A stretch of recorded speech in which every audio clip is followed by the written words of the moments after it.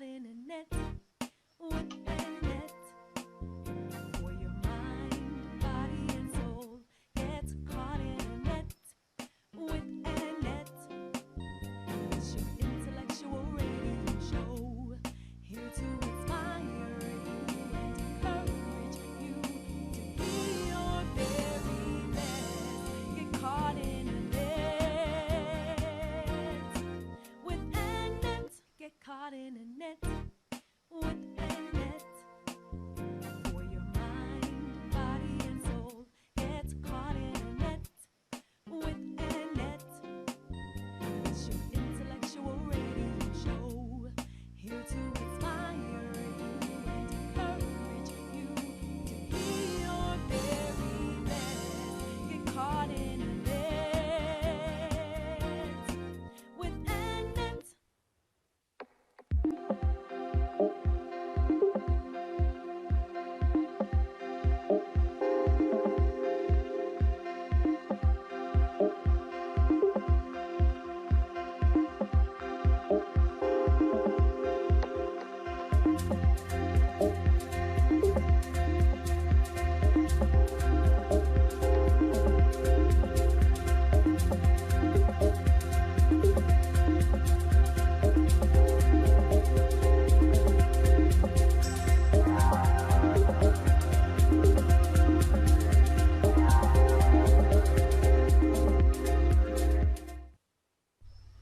You are now tuned in to Mind, Body, and Soul with ANet, where your host, Annette Harris, analyze intriguing life questions and concerns, such as, do Christians suffer from mental illness?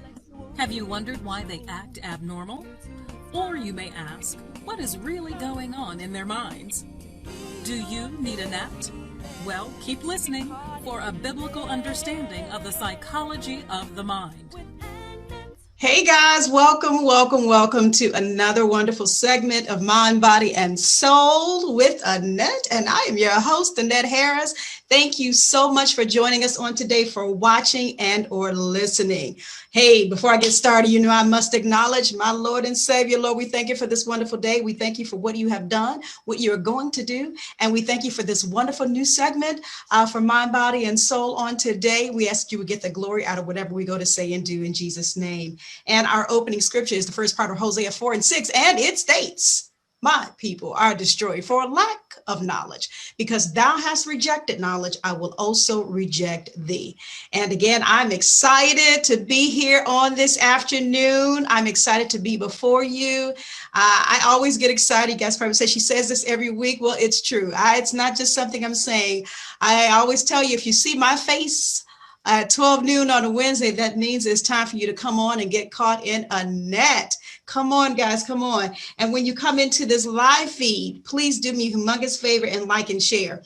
I'm noticing Facebook changes so many things. So when I went to go and try and tag individuals on last week and today, it won't let me. So I don't know what's going on. Okay. But we're going to get around that. So if you would do me a humongous favor, click that share button. I always tell each and every one of you that it costs you nothing. It doesn't cost you a penny. Just click that share button. And I'm telling you, it will help us to get this show out. Let everybody know, remind everybody that we are on live. And also the YouTube audio portion is playing on my YouTube channel. So if you go to YouTube and type in Get Caught in ANet, you will hear us live. And at the end of the broadcast, we will upload the video portion so that you can see it there as well. So I'm excited on today because I got a new segment. It's amazing a lot of times when I'm planning shows and sometimes I'm talking to potential guests and I'm talking maybe about their projects or what they do, and then how everything just starts coming together. And so it is with this guest I have on today. I've been knowing him all of his life, and wonderful young man. I'm telling you, so ambitious, always have been. And I'm so excited to have him on my show on today. I'm going to introduce to you, well, I'm going to tell you who he is. I'm going to have him introduce himself in his own words. I like to have my guests do that. That way they can kind of talk about themselves a little bit and let you know who we are dealing with on today. So Mr. Andrew Malone is in the house on today. I promise you, I will not say your nickname. I just won't do do it. I'm not going to do it. It's Andrew Malone. He's here with us on this. That's an insider, unless you guys know Andrew, okay? How are you doing this afternoon? Oh, I am blessed. How are you? I'm doing wonderful. I'm doing wonderful. It's so good to see you. You're looking well, of course, as usual. And it's so, I'm glad to have you here. I'm glad that you consented to come to with us on today. Thank you. Thank you so much for having me. Oh, but of course. And I'm excited to get into talking about our topic on today. And I want to let you guys have seen my post when I said this is going to be the first time that we have a theater and film review segment, okay, if you will. And it's not limited to just theater and film. It's also maybe different series that you may have seen on TV. And Lord knows that, of course, within the past year, we've had a lot of time to sit down and watch some things, haven't we? Because of this pandemic, you know, especially when it started out, you had the quarantine, and then you had to stay at home. And so different ones like, okay, what in the world do I do with my time? And it's been a little difficult for some people, because a lot of people they don't like being shut up in the house. And you can still tell that they don't like being shut up in the house. But, you know, thankfully things are, you know, getting where we can kind of get out and do a little bit more, but still with the precautions. We still have to be cautious of everything now. But yeah, in the beginning, oh my God, it's like, okay, what do I watch now? What do I binge watch? You know, or what have you. So we're bringing this segment in today because our Broadway actor, now you guys, he's real. I didn't just pull him off the street. He's real, okay? And I'm going to have him tell you about himself. But he started doing some things, and you know, that would kind of coincide with his craft and his career. And this critique and review that he started up, oh my God, I've been watching him. I've been following him, and it's been wonderful. So Andrew, talk to my listeners about who you are. Who is Andrew Malone? Hey, what's up, listeners? Again, my name is Andrew Malone. I am an actor, singer, dancer, and instructor. I've been performing almost all of my life. My very first role that I booked was I was a headliner in The Gingerbread Man in my kindergarten class. I found the program in my mom's room and I forgot all about it. She told me a story about how I fought for the role. I guess I got sick and I missed like maybe 2 or 3 rehearsals right before the performance. And she said, I went to the teacher and I was in kindergarten. I was like, this white kid cannot play the gingerbread man because he is white. The gingerbread is brown like me. So I'm always offended my casting type, I guess you could say. But just going on through life, first out of my elementary years, I was always the one chosen to present the Dr. Martin Luther King I Have a Dream speech. And as Annette presented, she known me all my life. So she's always supported me in my church family and my family and Christmas plays and Easter plays. I remember I even had the opportunity to even write some of our scripts that were being presented for the holiday. And and from then I went to high school, went to a prominent high school that didn't have a 100% focus on performing arts. It was a general high school, but the high school had a very, very, very, very strong program where you see a lot of actors have come out of, actually, and within the same school district. Little shout out to Thornwood, the best school out of the district. They call us Hollywood High. So then from then, I continued. I made the decision in my mind that I wanted to go to school for acting. I started off at Columbia. Luckily, I was talented enough my first year to perform on all the stages, but I also thought that wasn't enough challenge for me to learn. So I took off a little bit from school, and then I went when it was time for me to go, and I felt I was ready to handle New York City, the Big Apple. I finally went out and I graduated from the American Musical Dramatics Academy, also known as AMDA, New York campus. And from then on, my career just took off, and here I am. Here you are. Oh my God, that was wonderful. Thank you for that. Now, I could not have done you any justice just by reading your bio, not at all. Which is why I like for my guests to go ahead and introduce themselves because you know you'll throw a little bit more in there and it's your bio, so you can add in there and bring us into knowing who you are, which is what we're trying to learn on today. So that was great. I love it. I see Sharita Webster has joined us. I'm going to recognize a few people before I move on. Brandy, thanks for coming in and watching. You have some indie artists that are excited about this show on today, Andrew. They're film writers. They want to come in. They want to hear what you got to say too, because I mean that's going to impact them in their work as well, the reviews and the critique. Siobhan, I see you on. Thanks for watching. Brandy, thanks for tagging these individuals. Karen is in. I see you, Marcus. Good to see you. Thank you so much. Beatrice is here. We appreciate you. And all right, this is great. This is great stuff. Great stuff. There are other names here I can't see. Other people here, should I say. I can't see the names, but I do. Oh, Zori, thank you. Hey, Zoriante, thanks for watching. Appreciate you.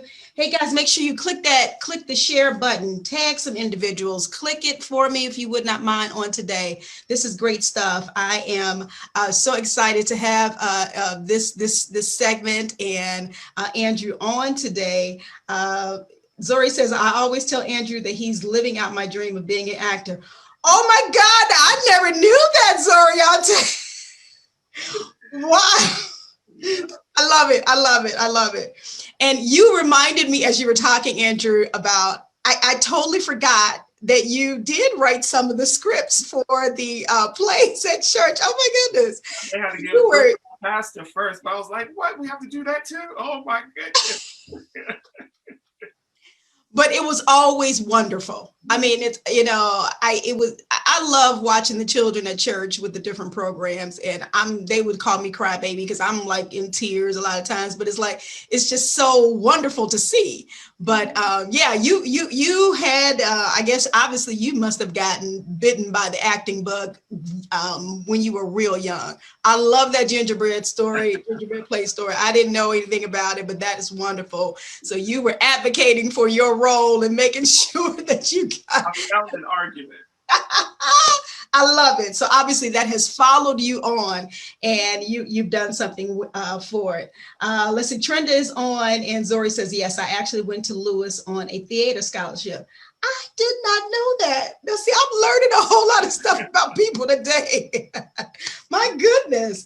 Sharita says, you'll never know where God will take you. We must stay faithful to God. I totally agree with that. Totally agree. I'm going to throw this in before we move on. I'll never forget when I went away to college, Andrew, and they asked, I think we had to do some kind of a report or something. We had to get up in front of the class and, do our, one-on-one. And the instructor came to me later and she was like, you know what? You are very good at speaking in public like that. Where did you learn that? And I said, at church. Yeah. I did, because it's like it prepared you without you realizing that it was preparing you. Yep. It really did. So, all right. So this is great. Monique, thanks for coming in. I appreciate you. Yeah, this is good stuff. Okay. So you started out, I mean, you've been all over. I've been seeing your posts, your acting, what is it? Some of the different plays that you've been in, that Kinky Boots was one of them, right? Yes. Oh my God, Kinky Boots. I never saw Kinky Boots, but knowing that that you were playing it, I'm like, oh my God, he was in Kinky Boots. I know him. Yeah. Kinky Boots was such a it was my first Broadway tour. It was such a fun thing to do. My cousin, who I call my sister, is a huge fan of Kinky Boots. And when I told her that I booked it, she was like, what, are you serious? And I didn't know anything about Kinky Boots. When I was in school, Kinky Boots was on Broadway. So I will always walk past it. I will always see the lead Black actor who's just taken over the film world now and television world. His name is Billy Porter. He also is a church kid. He'll tell you his history. if you look him up or find his interviews. But I've always didn't think that I would relate myself to the show. But once I auditioned, I actually didn't. This is the truth, and I don't want to get nobody in trouble. Okay. Speaking of myself. So Okay. I was at work. I worked at the Empire State Building on the corporate side. And the audition studios and rehearsal studios aren't that far from it. So I was just like, okay, I'm gonna book myself this audition, but it's the same casting company who's auditioning for the Rent tour. Now, Rent has a personal meaning to me and my friends and X, Y, and Z. And when you're a theater kid, you want to do Rent, right? Especially if you do musicals. So unfortunately, I missed the Rent audition, and I saw that they were auditioning for Kinky Boots. So I said, okay, I'm gonna go to this Kinky Boots audition because it's the same casting director, and I am going to sing a Rent song. So they were like, oh, let's put you into the Rent casting pool instead of Kinky Boots. So I go there, and they were like, wow, that was really good. Do you have anything Whitney Houston in your book? And I was just like, oh, no. So if you're not familiar with Kinky Boots follows the true story of a London shoe shop that was going under, and they decided a new way of saving the shoe shop or the shoe factory. And the show the music is written by Cyndi Lauper, so she has all of her influences that she has gained and that she has put out into the pop music world into this book, this musical. So of course they were looking for big ballad numbers, whatever. So they looked at me like, do you have any Whitney-esque? And I was like, sure. And what was funny, maybe a couple of months before, my vocal coach put a Whitney Houston song in my book. So I had it there, and I've never thought I would sing anything Whitney Houston for an audition. And when I sang it, they were like, okay. And then after that, I just kept getting call back. And then when I was able to do the tour, there were just so many people around the world who loved Kinky Boots, and they would write us on social media. I have so many texts about how this show that they've seen for the first time saved their lives from suicide, gave them confidence to be who they are. I remember I was in a small town in Michigan, and I called like an Uber to take me to get something to eat from the hotel. And he was like, yeah, I can tell you're not from here. You're here with the show. And I'm like, yeah, because that was the biggest thing happening. And he was like, well, I need some advice from you to talk to my son, because my son, he's struggling with some mental issues or whatever. And you're in this show, and I just want to say, man, from another Black man perspective, how did you find the confidence to step out and tell your story? So as someone had mentioned in the comments, you just never know what will lead you to these places. I didn't even think me having that Whitney Houston song from my vocal coach was going to lead me to on a personal level with people. And even in Asia, I mean, now this is a little bit of me bragging, but even when the tour took me to Asia, I still get baffled by that. I went to Asia, right? I just looked at a picture of me on the Great Wall of China. And I remember going to Asia, and no one has ever seen a Black person before. In certain areas, I went to Disneyland, Shanghai, they just opened with the Marvel exhibit, and I of course took a picture next to T'Challa, but I looked up and it was literally about 60, 70, 80 people taking pictures of me because they thought I was from Wakanda. And are you serious? So serious. They would go, Wakanda. And I was like, okay, cool. And I just put my hand up, my arms up and formed the X. But it was just the amazing experience of being in China and being in the different countries, Shanghai, Singapore, and just being a representative of my people as well. So it just being on that Kinky Boots tour really opened up my mind and my eyes to that there's so much more out in the world, and we just need to have a conversation about it, which led me to my posts. Oh, I love it. I love it. Okay, see, that's good. And that's a good groundwork layering that you just did for us to segue into what we're doing on today. But oh my goodness, you have so many things that you have accomplished in your young life that I'm so godly proud of you. I really am. When I heard Andrew's in New York, and I'm like, oh wow, okay, cool. So he's really going,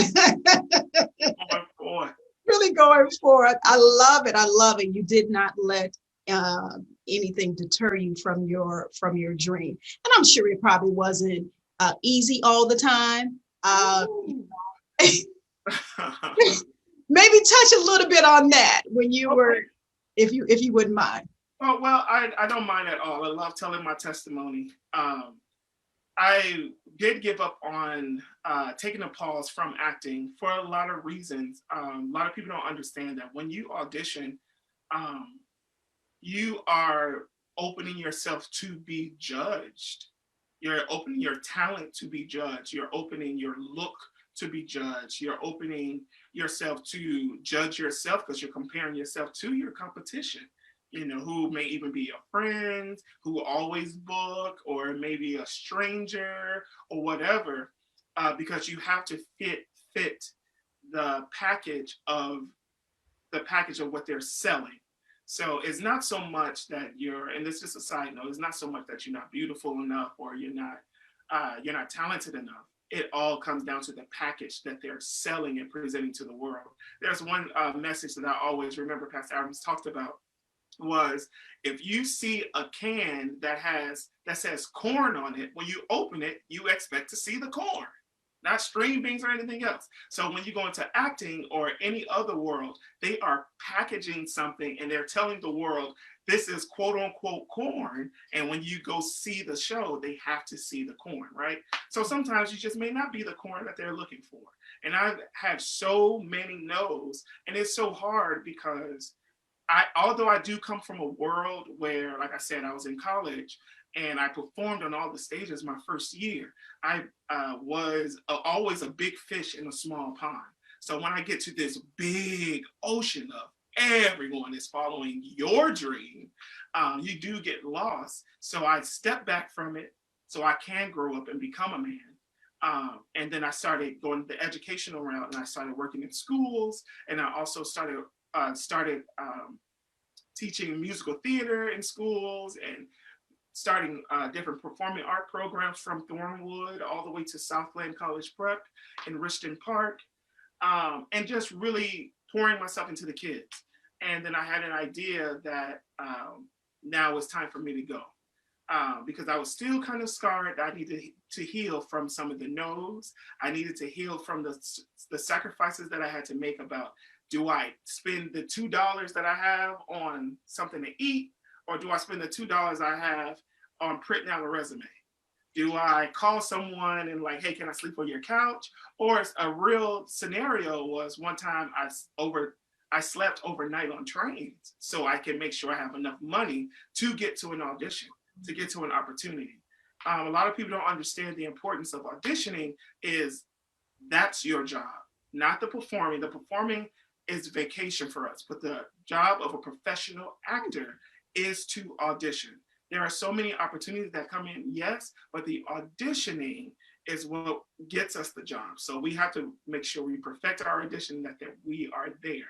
So I've slept on trains, I've slept on couches, I've been with friends, I've worked odd end jobs, I've stayed up days at a time so I can go to this audition, go to work, go from work, go back to an audition, or go to work, go to a rehearsal, go to work, go to another, so just a lot of combination of things. And then on the outside of life, you miss like developing friendships, you miss time. I luckily, the pandemic happened for me during right now, because my last show I was on Color Purple as Mr. Okay. Not knowing that my mom would pass away, in a couple of months. So I thank God for the pandemic, because it brought me home to spend my last days with my mom, and just be there with her, because I would have been more devastated if I'm somewhere being celebrated, signing autographs, and then I get a phone call and I haven't seen my mom in months or years, So it's just that was a blessing in disguise. But there are just so much more that people don't think about as being performers, that we have to battle personal and business, but business becomes personal, and then you just get lost in the sauce, and then you just develop insecurities. You develop strategies of how to not to be insecure one day, and then the next day you're back down. So it was a tough road, but I just thank God that I'm still here. Yeah. And you are doing it. I'm telling you, you're still here, you're kicking, and you kept going. Yep, keep going. I think I can. That's right. That's right. I love it. I love it. I'm scrolling down because others have joined us. I see you, Elder McGee. Gladys Smile is on. Thanks for watching. Gail Reed Thomas, Devera Jones. We appreciate you. Also, let's see here. Sharita says, eyes have not seen. All right. All right. She gonna preach on here for us. Beatrice, did I mention you? Thank you for coming in. Thank you for watching. Let's see. Faye Shannon is on. Zori says, I don't do well with rejection and a few other things. So I realized that wasn't the life for me. Yeah, I'm sure you're like he said, you really have to have thick skin, you know, and have to know that this is what I really seriously, honestly want to pursue, and knowing that rejection can come with that and how to deal with it. So he gave you a little bit on today. Odessa Henderson, thank you for joining us. Zori says, talk about the Color Purple experience. Can you do that before we move forward? Yeah, so shout out to everyone who supported the Color Purple experience from the beginning. I have 3 cousins who I call my sisters, and thank you guys so much. I was actually the one sister, Charlotte's house. Yeah. I was at her house and she was like, come on, you got to rehearse this because Color Purple is so deep in our family. So he's like, we're going to help you out. You're going to book this role. You're going to get it. So walking into the Color Purple, the tour that I booked, I had to shake off the insecurities of no that I received with the previous opportunities that I had with Color Purple. So I've auditioned for Color Purple twice. I auditioned for the original production that came out around 2005, and then the revival production for their tour. I've gotten a call back. I've always made it, but I was also auditioning for Harpo, which is, I believe, a no-brainer for me, right? But I always received a no. So then when my agent was like, hey, they calling you in again, but they want to see you as a Mr. I'm like, what? Is it because I'm dark-skinned and bald-headed?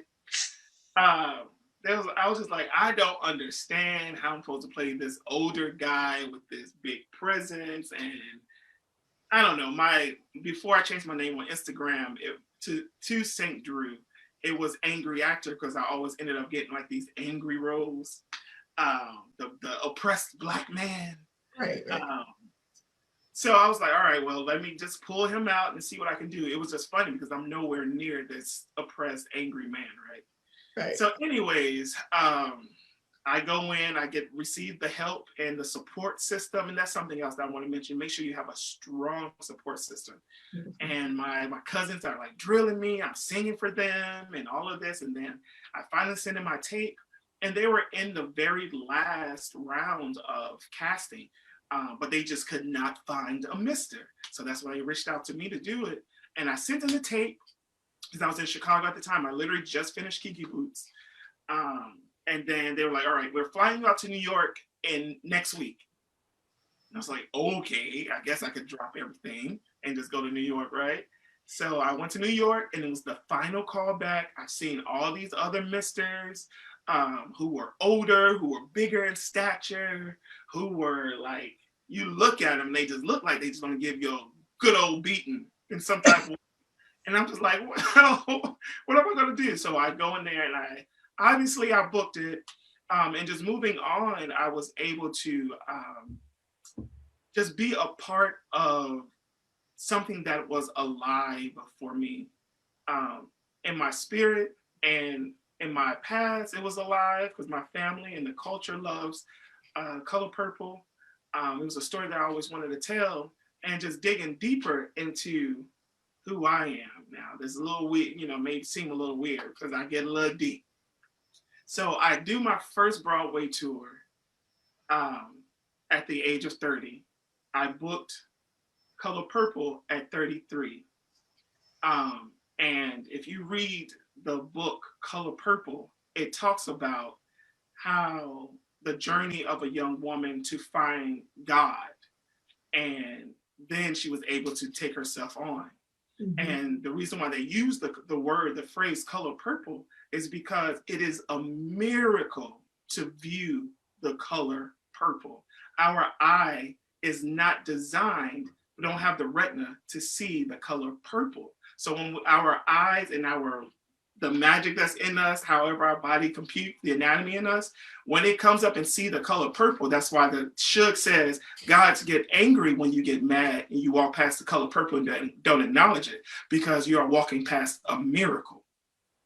So when I got into the world of color purple, I realized that I was supposed to be here in this moment. I still get chills thinking about it.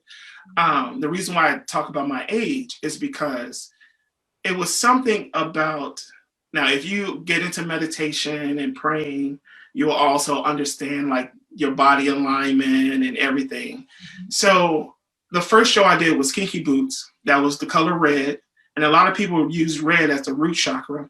But then at purple, which is your crown chakra, it's the color purple. So that's when you are connected to God. That's when your communication to God. So if you read the book, it's her communication to God. Dear God, dear God, dear God.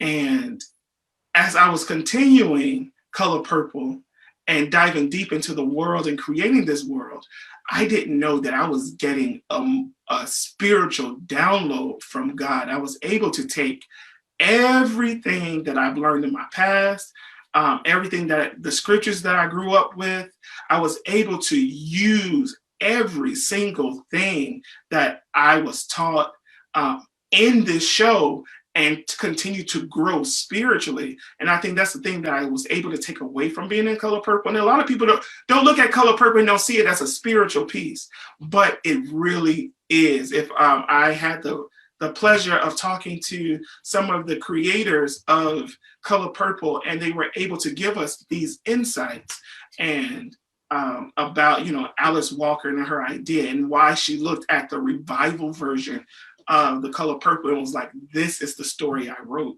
And just to be a part of this whole spiritual journey and see how, again, you have people that talk about healing, and it healed me from insecurities. They healed me from a domestic relationship. And I was able to play the role in such a way to where people were coming up to me and was like, man, we hate Mister, but we love you. How do we fall in? Sometimes I was like, I will walk to the tour bus and you just see a group of women just storming and it's like, Mister, Mister, Mister. And I was like, oh man, people are just gonna give me some flack, for being mean to Celie. And they're just like, no, we love you so much. And we're just so happy that, God came into your life and you changed. And that gave me hope that my husband can change. It gave me hope that my brother can change. I mean, it was such a spiritual journey, and I didn't know it was preparing me for where we are now. Oh my God, that is beautiful. I can see why you were getting goosebumps thinking about it again. Wow. Now, see, this is why it's important. You're real deep. You are a deep thinker. Always know that about you. But it's important because you were able to pull all of that out of there, where you could have had anyone to just act, or be, a part of, a production and not even come to the realization of all what you came to the realization of. So that's good. That's good that you dug deep into that. Yeah. I'm going to ask those of you that are on here that what we're going to do now, we're going to have him start doing a little critique and review of some different, whether it's plays or TV series or what have you. We're going to have him start doing that. So if there are any that you maybe want him to review or critique, go ahead and throw it into the comment section. Now, if he's seen it already and is able to talk on it today, he will. But we do have different ones that he is going to focus on today. But you can, again, go ahead and throw those into the comment section. I don't know, maybe you're thinking about Bridgerton. I think we are going to talk about that today.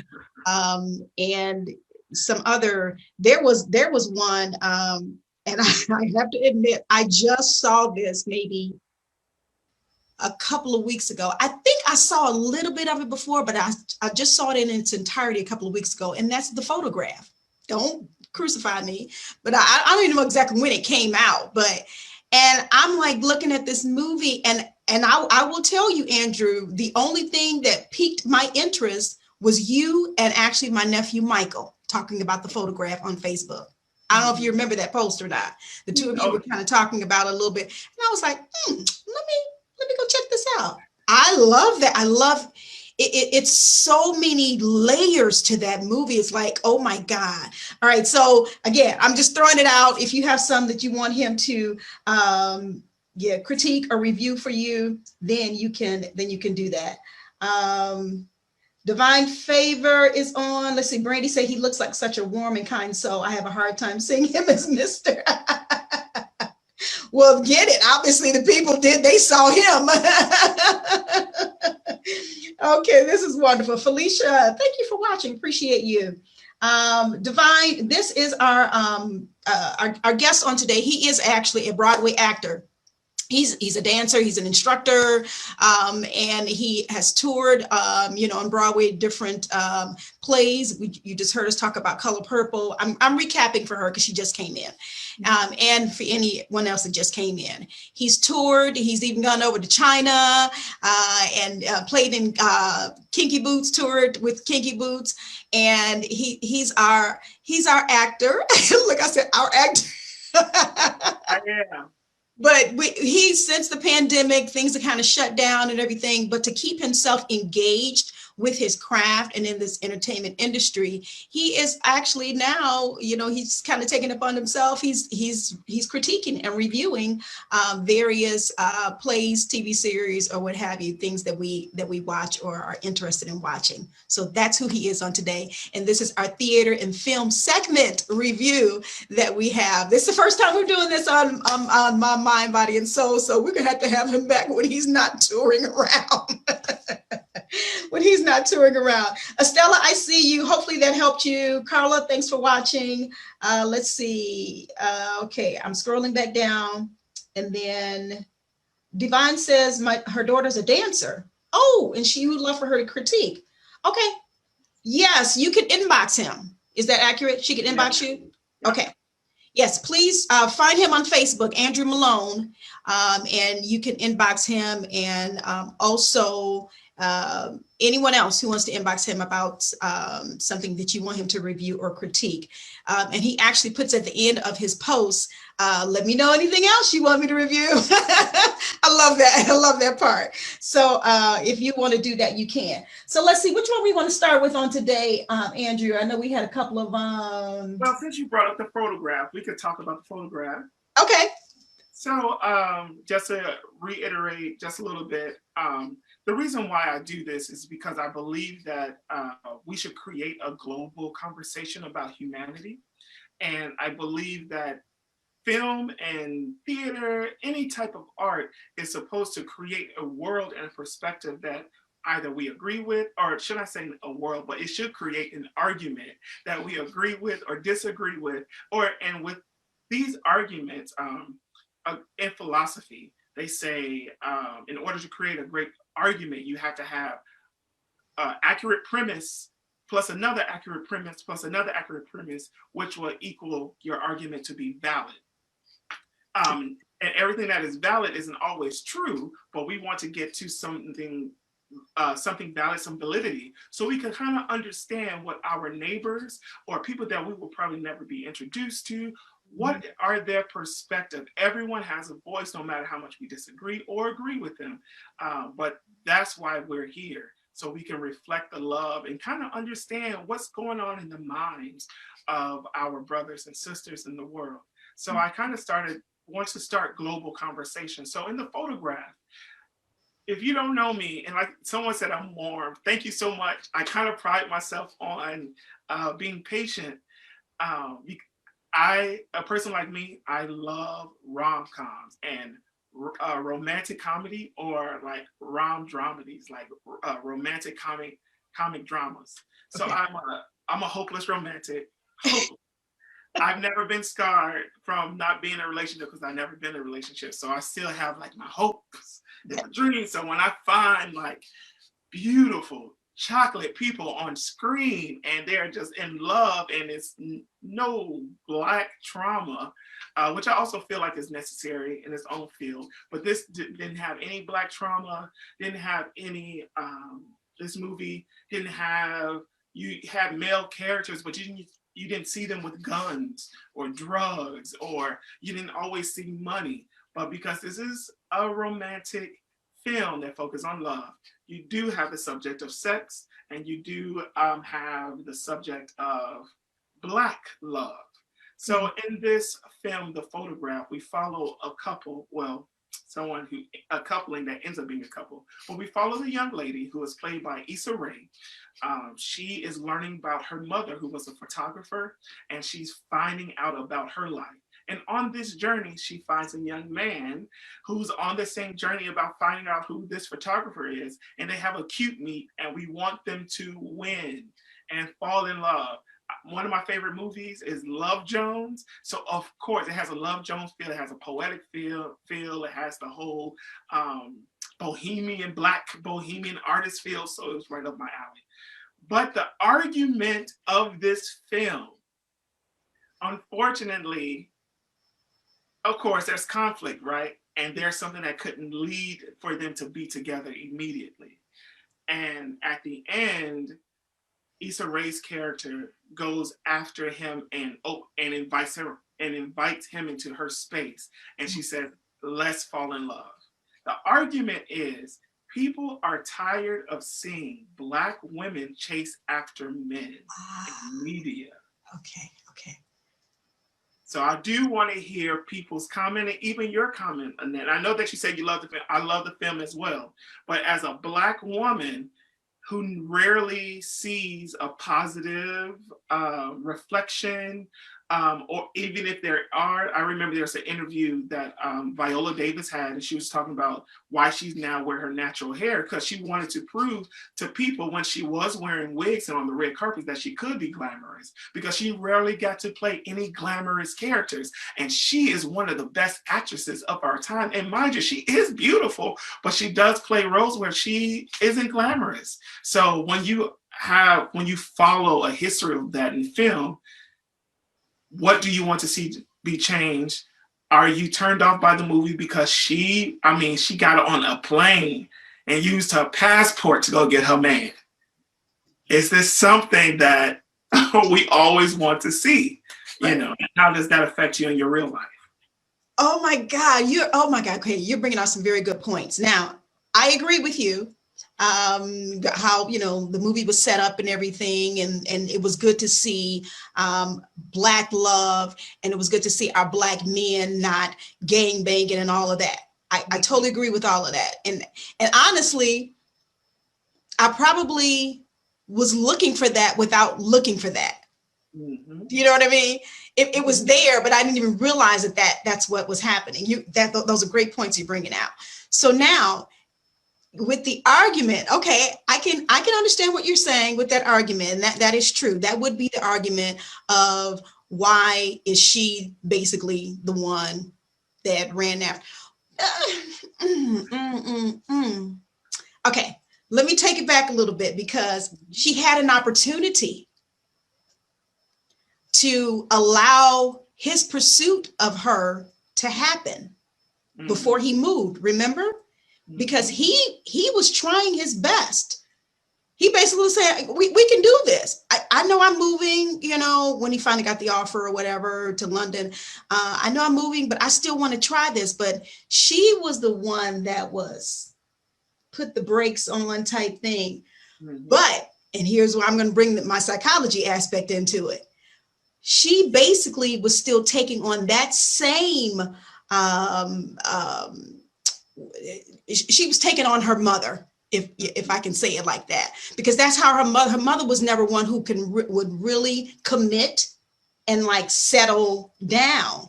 You know what I mean? And it's almost like, well, really, her mother did miss out on that true love, if you will. But with her mother writing the letter to her and telling her basically, this is how I was, this is how, you came to be, da, da, da, da, da, da, da. She began to learn things about herself. And so she realized, so I get, maybe I'm kind of rebutting the argument a little bit. I don't know. Maybe she kind of realized that, okay, this is how my mom was. I don't need to be like this. That was like at the end. Like, I don't want to miss out on this type thing, because she still had that thing up, but that's because that's what her mother did too. And a lot of times we take on, what our parents have done, their characteristics and this, that, and the other without realizing that's what we're doing. Yeah. And I think that's what happened with her. She didn't really realize that that's what was happening until the very end. She was like, oh, forget this. But you're right. She did hop on the plane and a passport and all that and went over there. Because I was like, at the end, I was like, oh, really now? Is this how we doing it? What I find so interesting to what you're saying, so what I'm going to say is yes, and yes, there is such great reason of why she pulled back. And I found it beautiful that I saw a Black woman, from my perspective, I saw a Black woman welcoming love into her life despite her past traumas, which I felt was clearly narrated and can be taught to viewers that you have to heal from your trauma. You are not your trauma. Although she loved her, and the trauma came in the vehicle of her mother, as much as she loves her mother, she didn't have to identify.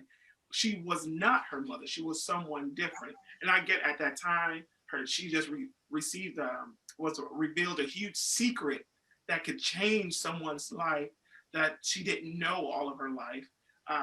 That her mother revealed to her in the letters after her passing. Right. And of course I could see, and then he reviewed her partner, someone that she loved, revealed a huge secret about him going overseas with a job at the time, at the prime of their meeting, and didn't have intentions on falling in love, but it just happened. So what do you do with that information? Some people may just reject it, but it is, no matter how much, or what I used before, valid, the character is, what is really the message that is going on in the minds of the people who view, especially when you rarely see a dark-skinned girl lead. Ingenue, who falls in love and gets the man and gets we think lives happily ever after.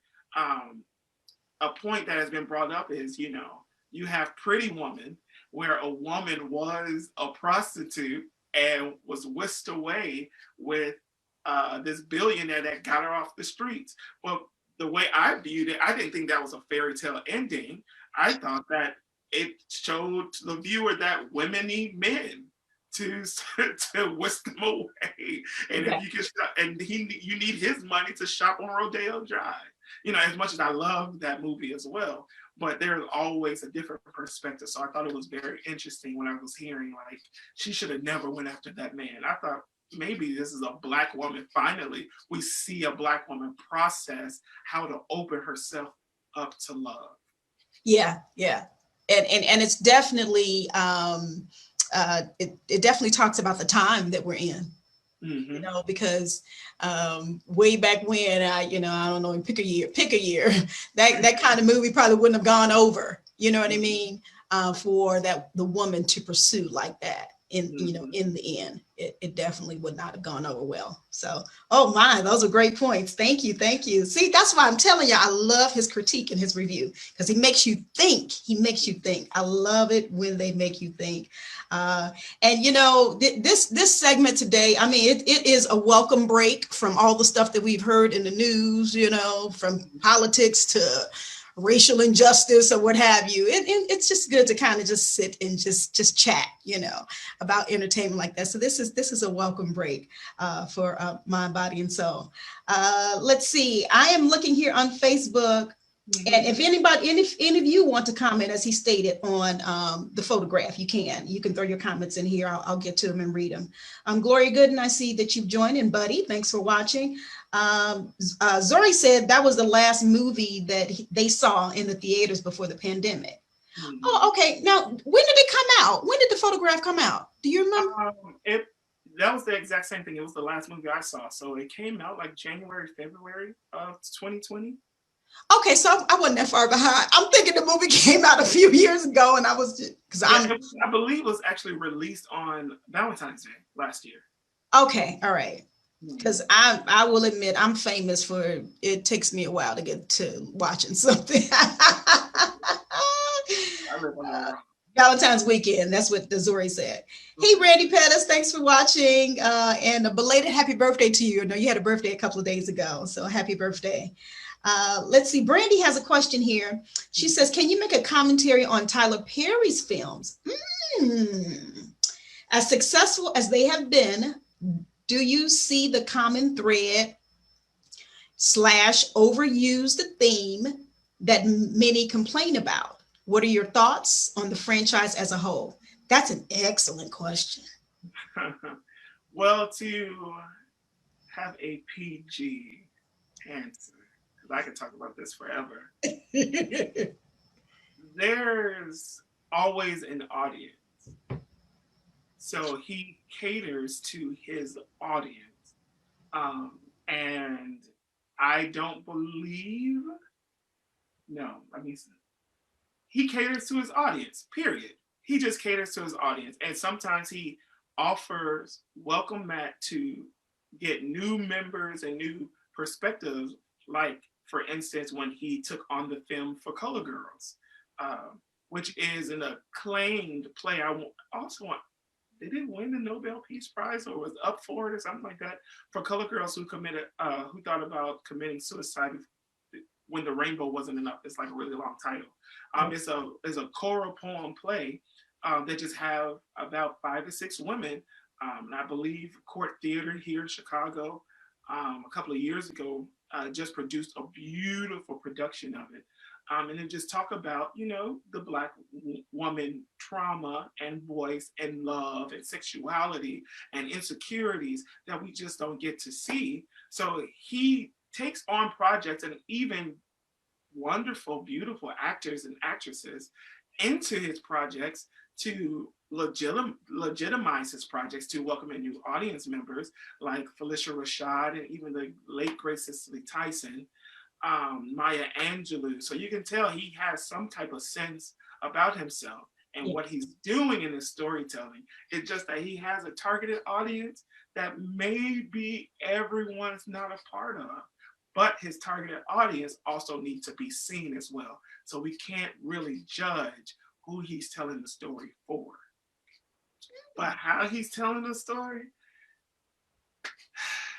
I don't care who I'm gonna say this. I don't care who your audience is. If it is the quote unquote Chitlin circuit, if it is the people who don't analyze film, or maybe there are people that just live in Black trauma, or their testimony or their story is having a man that done them wrong and they need the another Black man to whisk them away.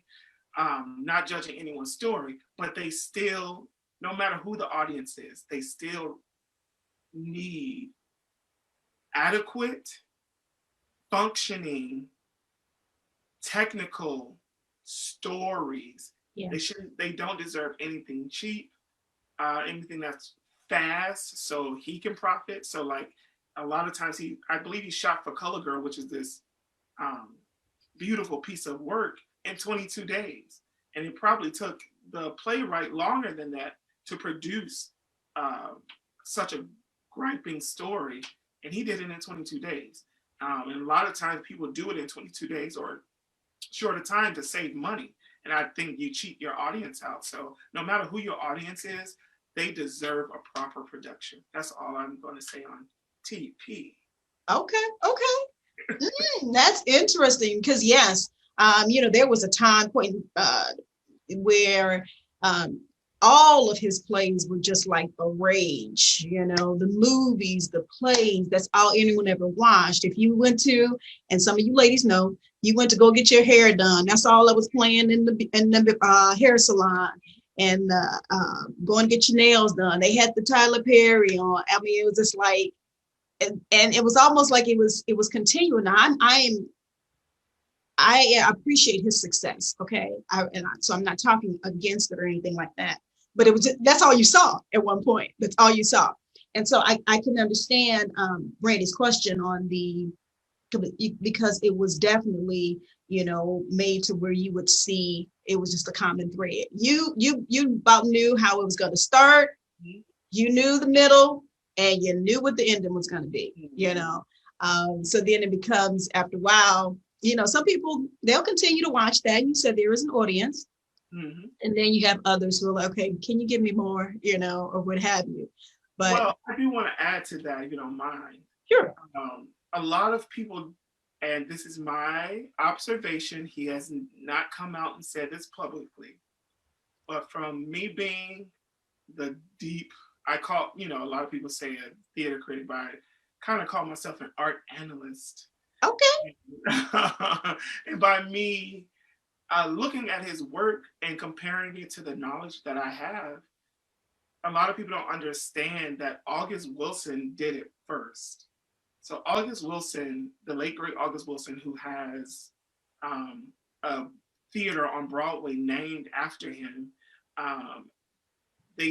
Denzel Washington is starting to do his canon, which is he wrote a play for every decade, which includes Fences, and it also includes Ma Rainey's Black Bottom, starring Viola Davis in both of them, and Chadwick Boseman, and other fine actors. So if you remember the play Family Reunion, it was set in the backyard after Floyd died. Mm. Well, Seven Guitars was written way before it, and it was about a family in their backyard trying to uncover the death of a young man named Floyd. You look at Tyler Perry's I Can Do Bad All By Myself in this family drama. It's very similar to August Wilson's Piano Lesson. So you kind of can go back and forth. Oh.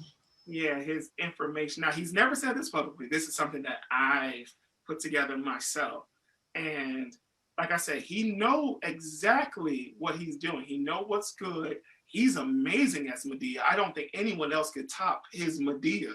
If someone tried to fill his shoes, no one else, he's brilliant. And he knows what his audience wants. But we all know that from me, seeing what type of actors he chooses in his movies, the pieces that he used, like Kimberly Elise, oh my God, someone needs to put Kimberly Elise as Cicely Tyson's tribute and let her give one of her monologues. I believe she's amazing. Wow. He always uses her. So he knows what's good. It's just the way he go about it, presenting it to the audience. And like I said, a lot of people haven't seen Black people before. So this is a Tyler Perry movie, and the trauma is the only way that these people are being introduced to the Black culture and Black American culture. So okay. Yeah. But yeah, his stuff is planned. It's not, I'm sorry. What I'm trying to say is his stuff is planned. It's not, he just thought about it and he just wrote it overnight or anything. He knows he has a formula. He knows what he's doing. Okay. Well, that's good. Brandy, I hope that answered your question. Let me know if it did. Demetrius did join us. Thank you so much for watching. Divine says August Wilson has theater on Broadway named after him. Mm-hmm. Oh, okay. Brandy said your brilliance is undeniable. Are you wait? You said his brilliance is undeniable. Who are you referring to, Brandy? I'm going to say it was Andrew. You may have been talking about Tyler. I don't know. Beatrice says the truth is when Tyler tried to give more, that's not what some of his audience wanted. Interesting. Mm-hmm. Some folks just wanted to laugh and be entertained. Okay. Yeah, and you're probably you could be right. You could be right. What was that in this is probably a little sidetrack.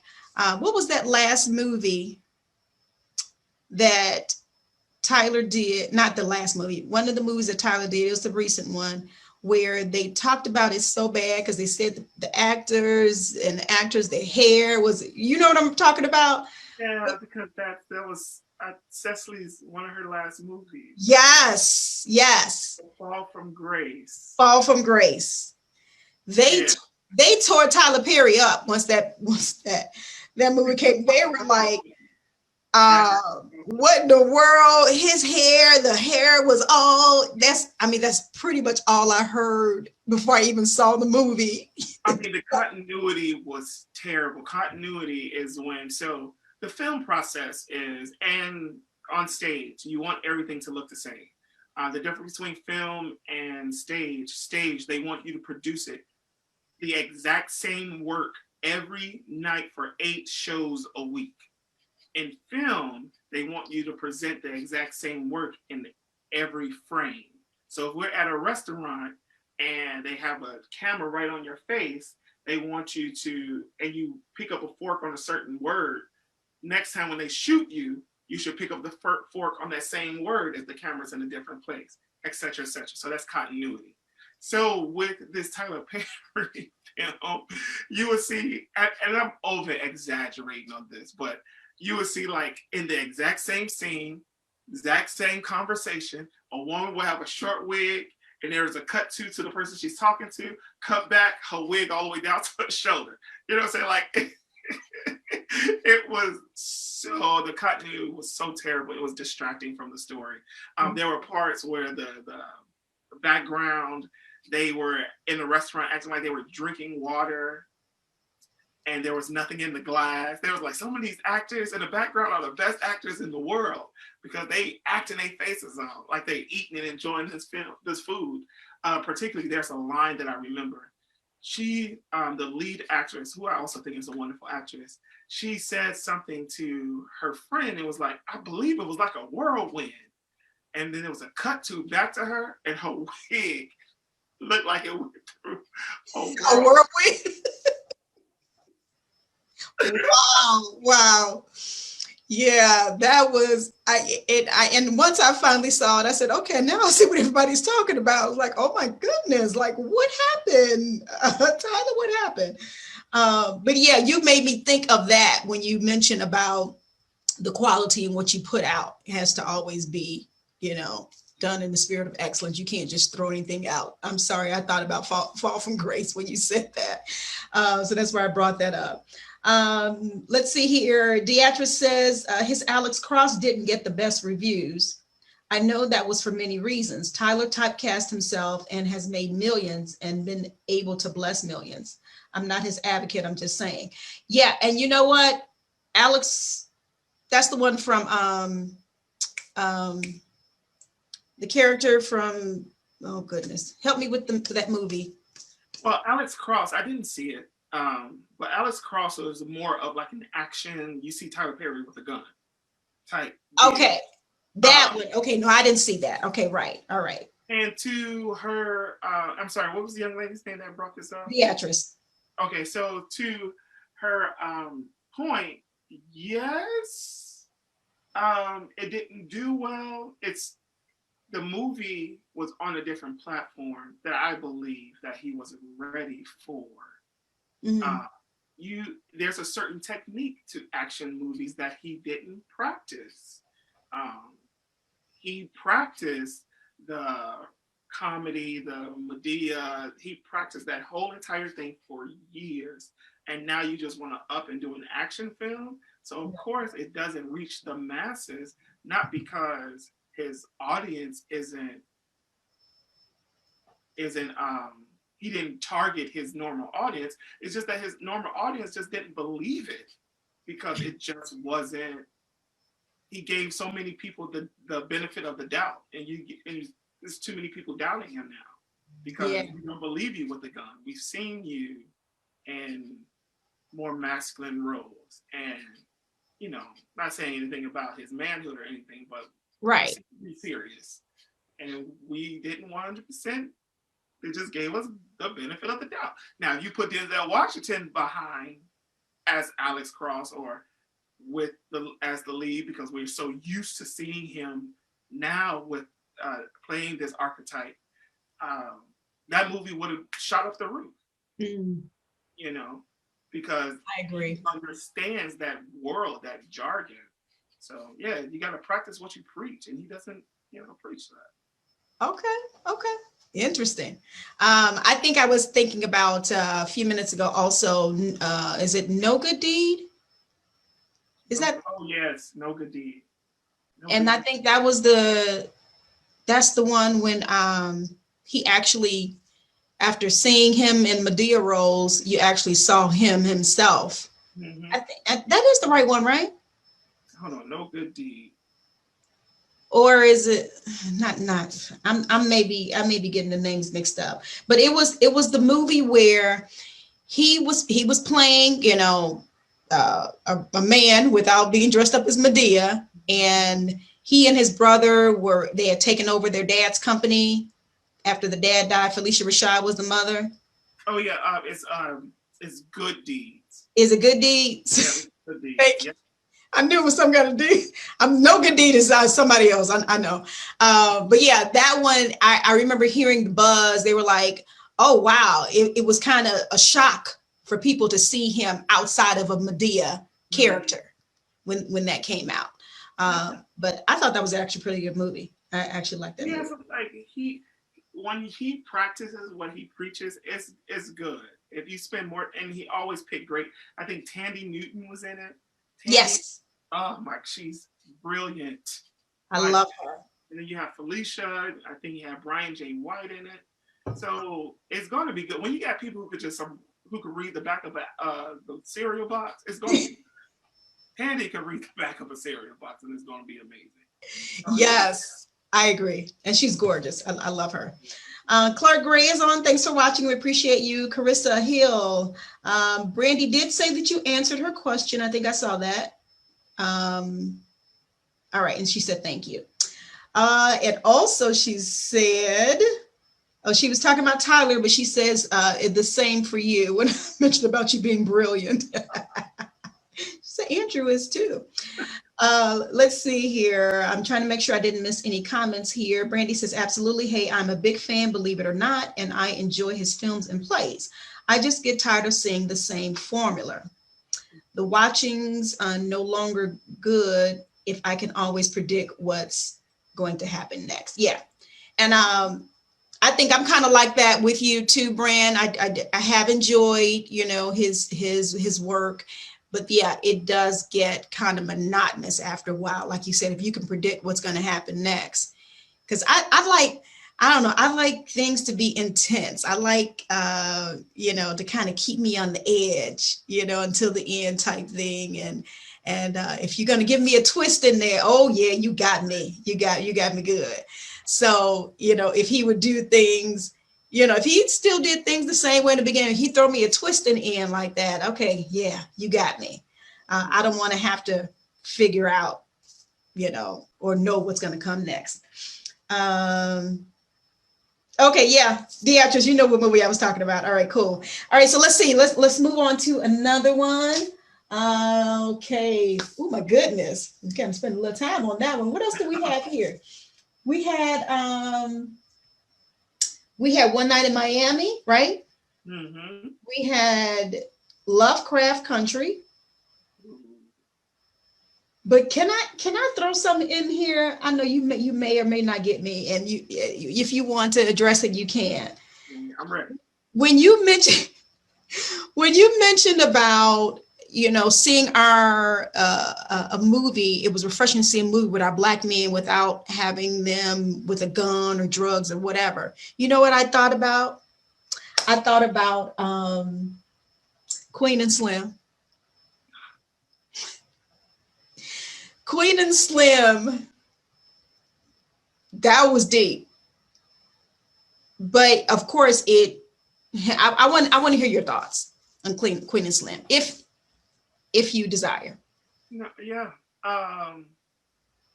I go back and forth with about Queen and Slim. I defend it so much because a lot of people don't like the ending because it presents a Black trauma. I believe now we're throwing that phrase around so much to where we can't appreciate or discern the difference between trauma and martyr. And a lot of times we place the blame on the Black characters that trauma is happening to versus who is causing the trauma. So in Queen and Slim, I saw America called, the way that the American system is set up, it causes this trauma for this couple that we love and that, you know, was simply defending themselves. Because of it, their lives were taken away. Now, for me, it was and I hate to do like the Black version, I hate doing that, but for me, it was like the Black version of Bonnie and Clyde. Bonnie and Clyde, at the end, they have a death. Romeo and Juliet, they have a death where these lovers, like couples dying in film or in stories weren't always trauma. It's about them living forever and loving each other forever. So I thought that was the beauty of the film. I thought the trauma came from the American social justice system. But unfortunately, a lot of people reverse the trauma back onto the Black people. And I don't understand that. I don't understand why. Just, you know, I can get that we can watch too many like slave movies or segregation or the Black hero that broke boundaries. But sometimes I believe those movies are still being told because we still are viewing it from a certain perspective that is like, no. Understand, it's not the Black man's fault that we were enslaved. It's the racist system. You point your finger at them. Stop pointing at Kunta Kinte. You know? Yep. So I love that movie. I thought it was shot beautifully. Every scene looked like a turn page in a magazine. The fashion was great. The dialogue was great. Only thing that my personal bias is, they could have used Black American actors as leads. Oh, okay. Interesting. Yeah, Interesting. Invasion is happening. The British invasion happened in music in like 60s and 70s. Rolling Stone, Beatles, they came over to America, was taking over the pop charts. Cool, they had great music. But now it's a huge Black British invasion that's happening in television in Hollywood. You're making a very good point. I didn't look at it like that, but yeah, you're right. You're right. Who would you have liked to have seen? Oh, I would have liked to have seen Trevante Rhodes. Trevante Rhodes, he was in Bird Box opposite of Sandra Bullock, and he was also in Moonlight where he got his start. Okay. He's the little bit buffer, bigger guy. I would like to see more, and although, he's a ladies' man, X, Y, and Z, he's very charming, but his look is a little intimidating, and I would love to see more people like that Black men like that on screen, so we could show that these more, and I hate to use the word intimidating, but he's bigger, he's cut, like you don't want to cross him. But there's something still about the way that he plays his characters with so much dignity to where it makes you second guess how you feel about seeing a Black man who isn't like me in a hoodie. I think it's time for us to break down that stereotype and start, giving these young men this image a chance. And as far as the woman is concerned, I thought she did an amazing job. And I think both actors are amazing. I would love to have seen our Kiki from she was an actress here in theater in Chicago. Now Kiki Palmer is amazing. I think her last name is Lane. She got her big break in If Beale Street Could Talk, the movie with Regina King where she won her Oscar. It was based off of James Baldwin book. But I love her. I think she's gorgeous, and I think she could have handled the language very well. I think we had capable Black American actors who could have handled that film as well. See, this is why it's good to talk to somebody that's been down in the trenches, you know, to understand. This is good. This is good. Carolyn, thank you for watching and coming in on today. I see Ida Gill, Marie Wright, Chloe Brooks has joined us, Robert Silver, Janetta Franklin. Hey, little sister, thanks for coming in. Let me make sure the comments here. Deatra says Queen and Sling was a brilliant movie, but extremely difficult to watch. Yeah, it was. It was. I would probably agree. Deatra, you and I are a lot alike sometimes. I was probably like watching it, cringing, you know, still watching it, and like, oh no, please. But yeah, at the end was very. It was well written, well produced. It was.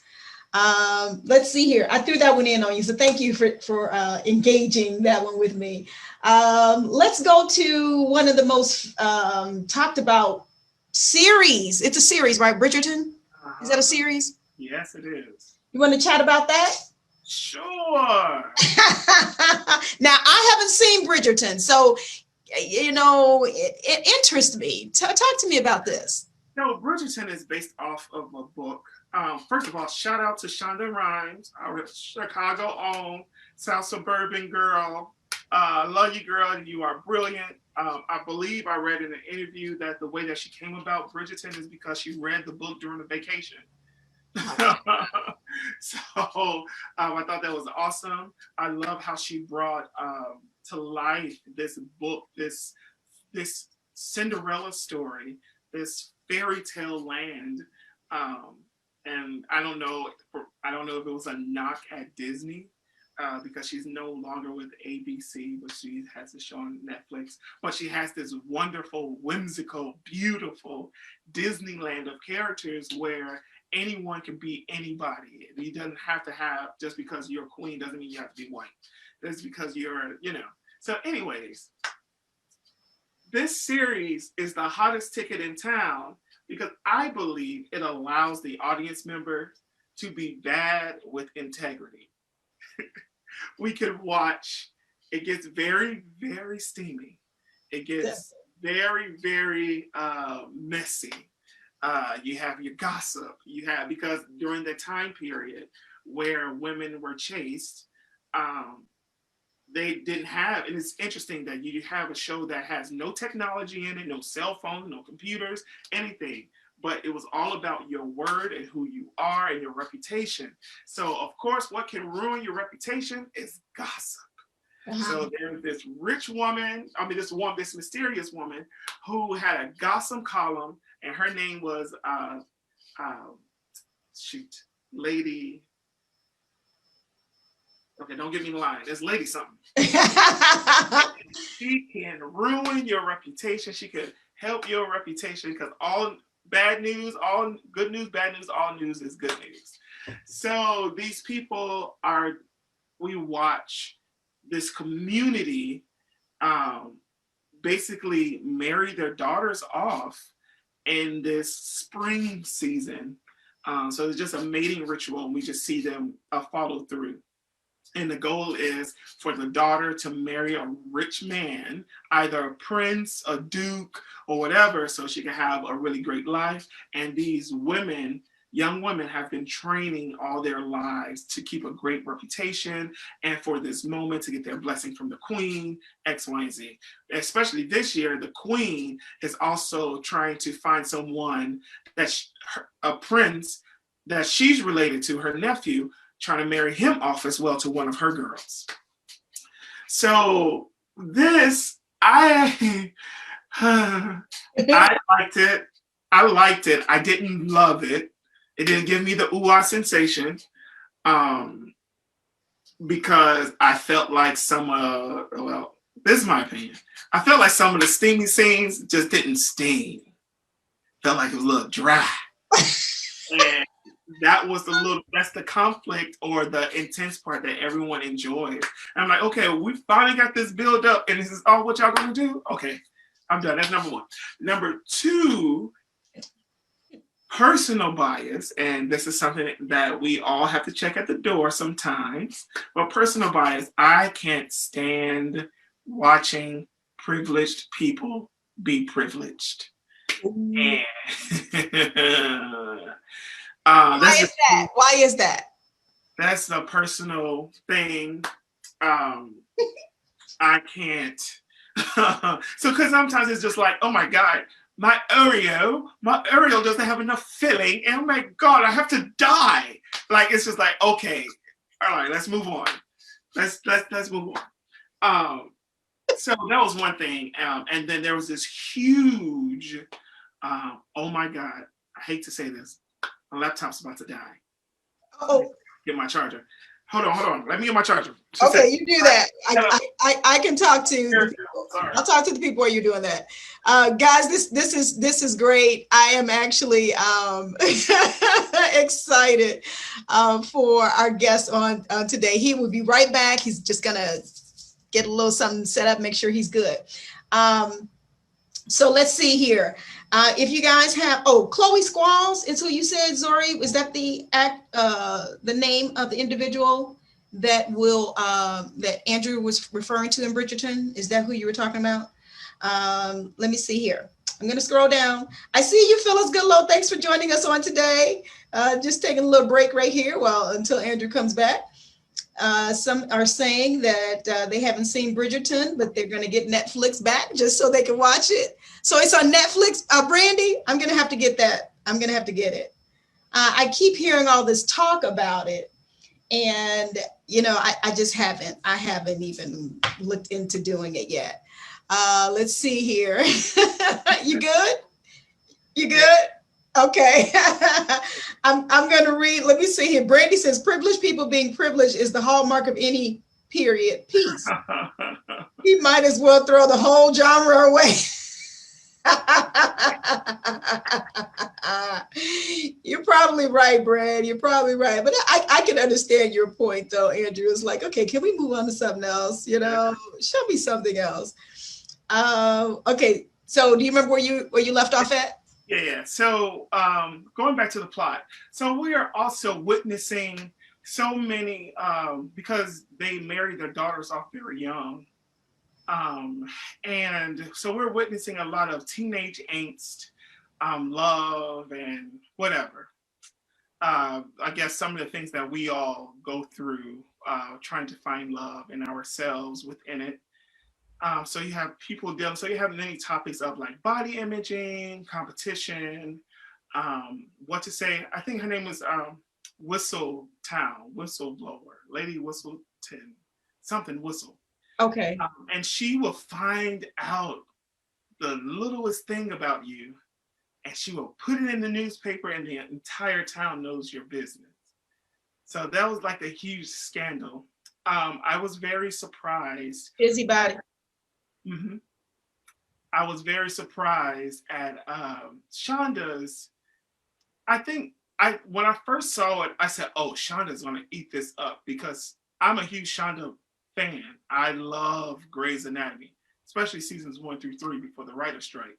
I love Scandal. Something about how she digs and finds like the groundedness and the humanity of not being chosen, of choosing. I'm a huge romantic person. So, like I said that before, so I love that. I just didn't find it in this one because to me, it just seems like everyone had a personal gain towards love and trying to marry off rich to where it was hard to fall in love with their love because it didn't seem like their love was 100% real all the time. We followed the main couple who have come up with this great idea, and they fell in love in the. I'm not trying to give everything away, so I'm trying to take everything carefully. We all know that they're gonna fall in love. There's a certain, the camera look into her eye, he look into her eye. They're like, okay, they're gonna fall in love. But throughout all of that, there's this huge secret that is revealed. And I don't believe that the person that understood the secret or the secret was open to reacted in a way that I felt for that character. I was like, what? Are you kidding me? This is how you react?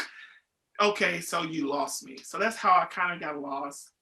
And then a lot of questions were answered by the end of season 1. So I'm just like, why am I going to go to season 2? I didn't fall in love with the characters like that. I enjoyed the messiness and the gossip. But there wasn't anything that really that would bring me back to season 2, unless it's just like, what else is on? Okay.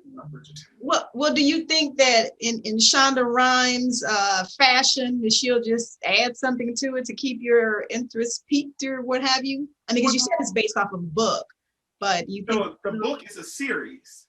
Oh, okay. Yeah, it's a series. So I think the entire series is going to get picked up. I just think that because you haven't seen it, I don't want to give the argument away. Okay. All right. Okay, I'm gonna say this.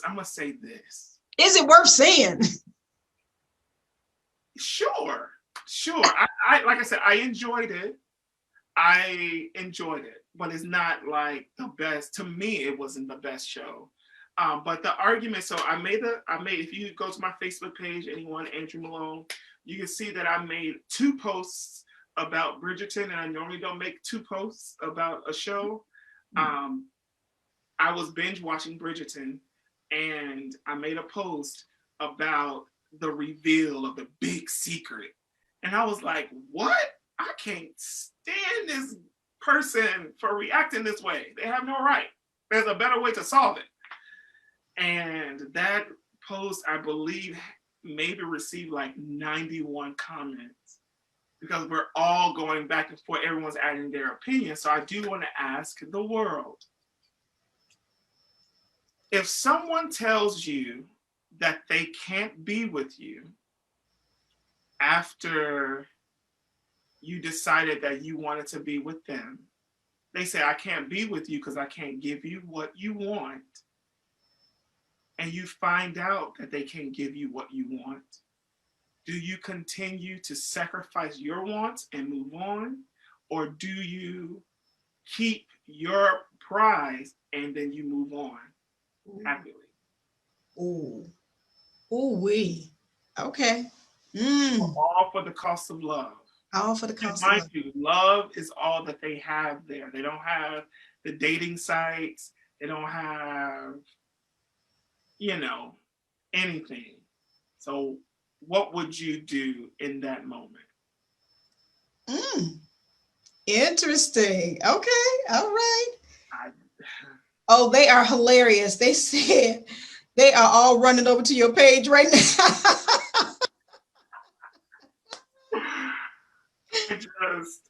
I wish I could really talk about it the way I want to talk about it because I feel so passionate about it. You wouldn't ruin it for me, but we may have others here that, I don't know, probably don't want it. I don't know. Okay, I'm going to say this. Go ahead. So we know the 2 couple, that the main couple, that's the black man and the white girl, they end up falling in love with each other. He says, listen, it's selfish for me to keep dating you because I cannot give you what you want ultimately for your happiness. The white girl finds out, and he tried to do it in a way he was trying to be nasty to her to break her heart so she can, so they can leave. Because he's really like, I just cannot do this. Although I love you, I cannot give you what you want. The girl doesn't accept it at first. And then he tells her again, I cannot give you what you want. And then she says, you know what? I could deal with it. Well, let's get married and move on. He's like, oh, you're going to accept me for who I am? Period. Let's go at it. Let's live a happy life.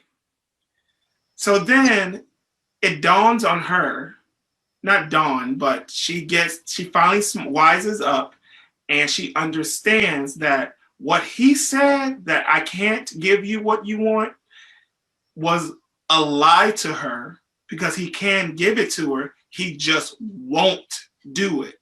So her argument is, you told me you can't, but the thing is, you won't. So I hate you for it. Oh. Okay. I'm like, if he said if he can't or won't, you should have ran on, boo. Maya Angelou said, believe them when they first tell you who they are. Yes. But but the whole argument is, you said you can't, but the whole thing is you choose not to. So you tricked me. Now I'm a victim because you lied to me. Wow, that's deep. Okay. Like, I don't think that he tricked you. He just didn't say he won't. He still, either way, either it says can't or won't. It's not going to happen, Captain.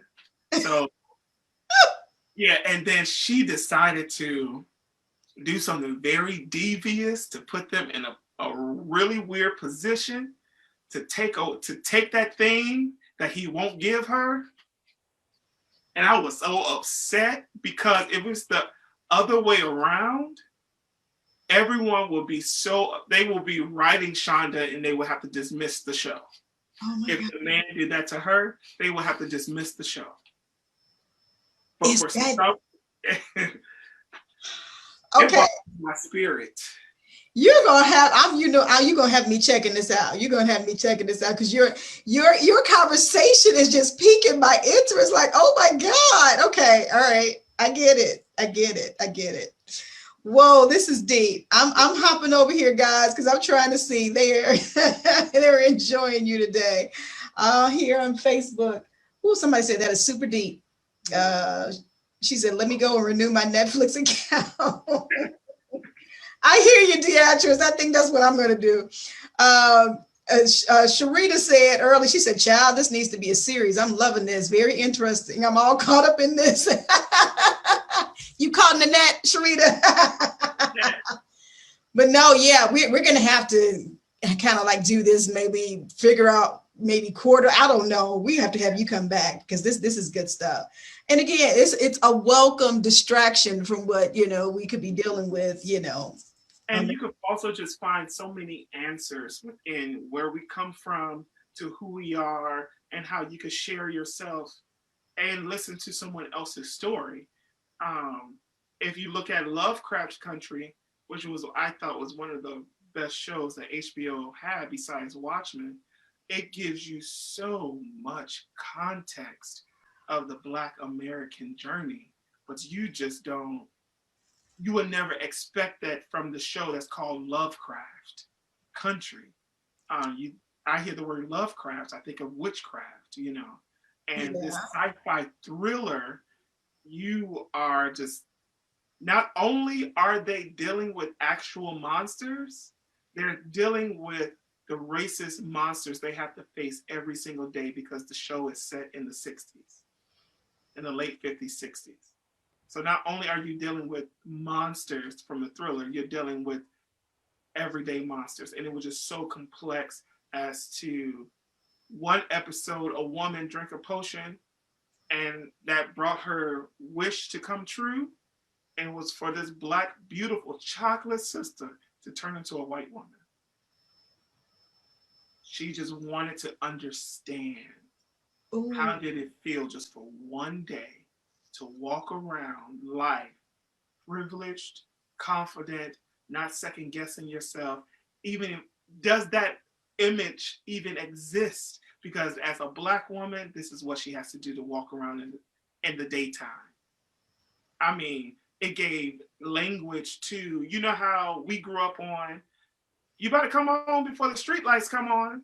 You better beat the street lights. But now I understand it. There was a certain rule in the Deep South called sundown towns. And you have to be home before the streetlights come on, or you can literally get lynched. Yeah. Yeah. I didn't it was just so much, but in the midst of all of that, it's still a sci-fi.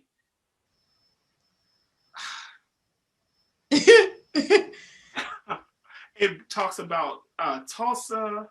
A lot of people don't know what happened in Tulsa, the Black Wall Street. I mean, it was just and it had Courtney B. Vance in it. He's amazing. Yeah. Mollett. I've loved her ever since I've seen her in Eve's Bayou. You introduced us to Jonathan, who's on the rise. I mean, it was just so Ingenue. I had the pleasure of working on set with Ingenue. She played Ingenue Ellis. She played Sister Mother Maddie Moss in the Lifetime special of the Clark Sisters. Right. Okay. She's such a beautiful spirit. I remember I was on set with her, and this older man, we were outside, and this old man, he was there, his background. He was tired. It was a year the cicadas were out. And we had to keep stopping production because the cicadas was getting in the way of filming. And it was hot, and he was tired, so he sat in her chair, and the crew was telling this old man to get out of the chair because it was a star chair. Now, under contract, no one can touch the star's chair. No one can touch certain things, like under union, they cannot do it. So the man was doing his job. But when I tell you, Ingenue looked like she ran from like half from the field. No, don't tell him to move. He could sit there, like, for her to advocate for this man who just decided to, you know, that she didn't know. I will always love and respect Ingenue Ellis for that.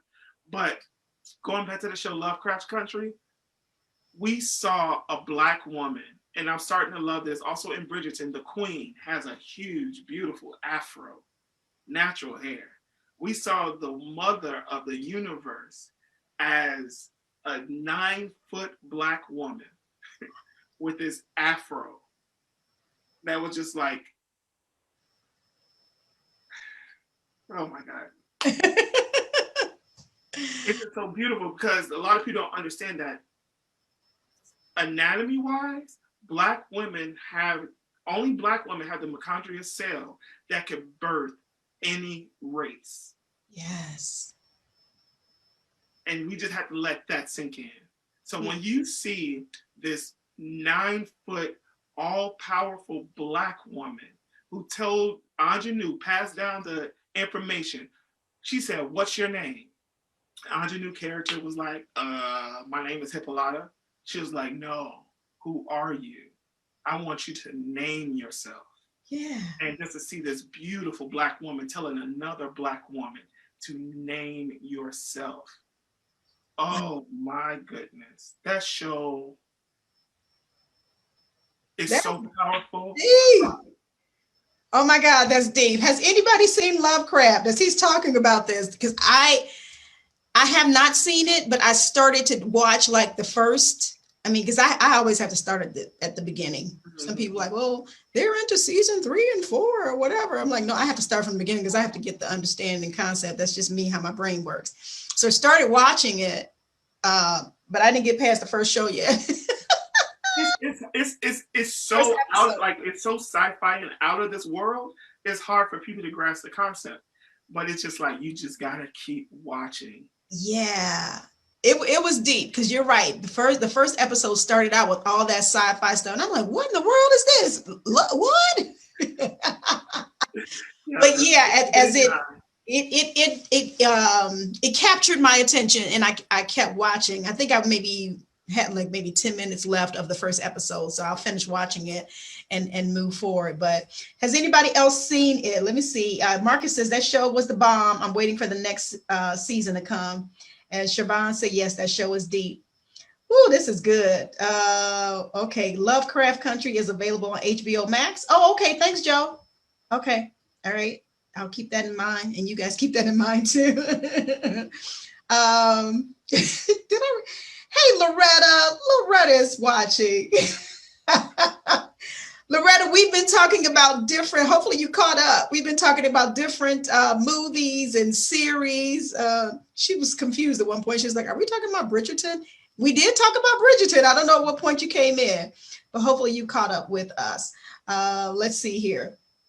Loretta can watch Lovecraft. What was that? Loretta can watch Lovecraft. Really? Knowing her, Loretta, you can't watch that. She'll get mad at me. Andrew, what you got me watching? She said, nope, I'm going to see it tonight. She said, I'm scared he talking about sci-fi. I'm going to need somebody to watch it with me. He knows you like a book, Loretta. It's too funny. Loretta, I think that was where I was watching that first episode. I was a little scared, and it was at night. I was like, I think I'll finish watching this during the day. And you got to really listen to what the clues are and how to. But when you see them face certain situations that we face every day, it's almost like they give birth to why certain images are still haunting us today, especially the dark-skinned little girl. Why the dark-skinned little girl? Why do people who look at the dark-skinned little girl think she's poor or she isn't beautiful, or what is still haunting her? And they put it in a way to where it's valid, it's sci-fi. You feel the haunt and the angst that still haunting us today. They have this one episode called Holy Ghost, which I think is one of the best episodes. And they talk about the Black connection, the connection that the Black church has to God and to healing and to calling out spirit. Like, it's not a mumbo jumbo that Black people can, or when you're anointed, I don't want to limit it to Black people, but when you're anointed, you can call out spirits and speak them out. And you just, I remember those days y'all had to put us in the basement, and just to give context and show that to the world, it was, for me, was amazing. Because I used to tell people who didn't go to church, I was like, yeah, man, I've seen stuff like that. And it was like, yeah, no, okay, go ahead, go to HBO Max and watch Lovecraft Country, Holy Ghost, episode 3. That's wow. Okay. Interesting. So somebody probably had to have had a little experience in that to even to write that particular episode, I'm sure. But it's a book. Look, see, he's educating me today. I did not know. Well, even to write it, somebody had to have some experience in it. Let's see here. I'm scrolling up. You are giving us some good nuggets on today. There was something that Brandy had asked earlier. Let me see if I can find it, that I want to actually get to really, really quick before we try to wrap up on today. Her comment here, or it's a question: African-American producing / directing / acting in horror films, are we coming up, or do we still have a long way to go? What are your thoughts? Yes and yes. Okay. We are definitely, thank you, Jordan Peele. Hollywood has made the Black experience like a monolithic Black experience. We are only good for X, Y, and Z characters that we've all seen. But then when we got into Not Us, which is also, you have to watch. What was the first one with the T? Shoot. A show, a movie? It's a movie. Jordan Peele's first. I'm sorry, I'm so excited. I think. Okay, you said Us. You mentioned Us, right? Yes, the first one though. The first his directorial, the one that got him the Oscar. It wasn't Us? No, it was the one with the. It was kind of loosely, kind of based off his life because he's in an interracial relationship. Get Out. Get Out. Okay. Oh my God. How did I forget about Get Out? So luckily, he fought to say this movie is not a comedy. Yes, it has comedic elements to it, but it's not a comedy. And which I was like, Jordan, you need to tell us something because you look like you set up in this your real life. But anyway, but because of that, and he had wonderful actors in it, and because of the messaging, remember before Jordan Peele, there were the Wayans with Scary Movie and their parodies, which was very monumental and was easy to consume because it's Black people being funny and being awesome and audacious, right? So Jordan was like, no, there are also Black people who like sci-fi, who likes thriller, so I'm going to put it in this way. And then after that, you get Lovecraft's Country, you get Us, you have Candyman is coming back, and it's with Jordan Peele. You know, so yes, we are on the rise, but we have way more to go. If you've even seen Black Mirror on Netflix, Black Mirror is almost like the Twilight Zone, the British Twilight Zone that they have adopted over in America. And it's very trippy, but you see a lot of Black characters on it. You see this one where these two men, college friends, even in their adult life, they meet up again and they go into this virtual video game. So it's like we're on the rise, but we still have a lot more to go. And there's about to be a Black Neo. So in Matrix 4. Yes, so, I saw that. Yeah. Yaha, I love him. That's the same guy that's going to do Candyman. So okay. Oh, this is good stuff. All right. Hopefully that answered your question, Brandy. And let's see, Joe. I'm going to go back down here to you if I can find it. Joe says, speaking of stories involving systemic racism and white people needing to understand its effects, what did you think of White Man's Burden from 1995? Have you seen that? Yes. I think that's a remake that I would love to see again in today, because I don't believe that the world was ready to receive it. And I don't know how much of the director and writer was ready to tell the truth. I would love to see it in today's light. That's what I'm going to say. I don't want to give too much away because I don't think a lot of people have seen that movie. I didn't see it. I grew up a movie buff. So we always had movie night or whatever in the house. And my aunt and I, that was my go-to girl. We would watch movies. That was one of the movies that we watched. And in 95, I was a little too young to understand. I can't say I was a little too young.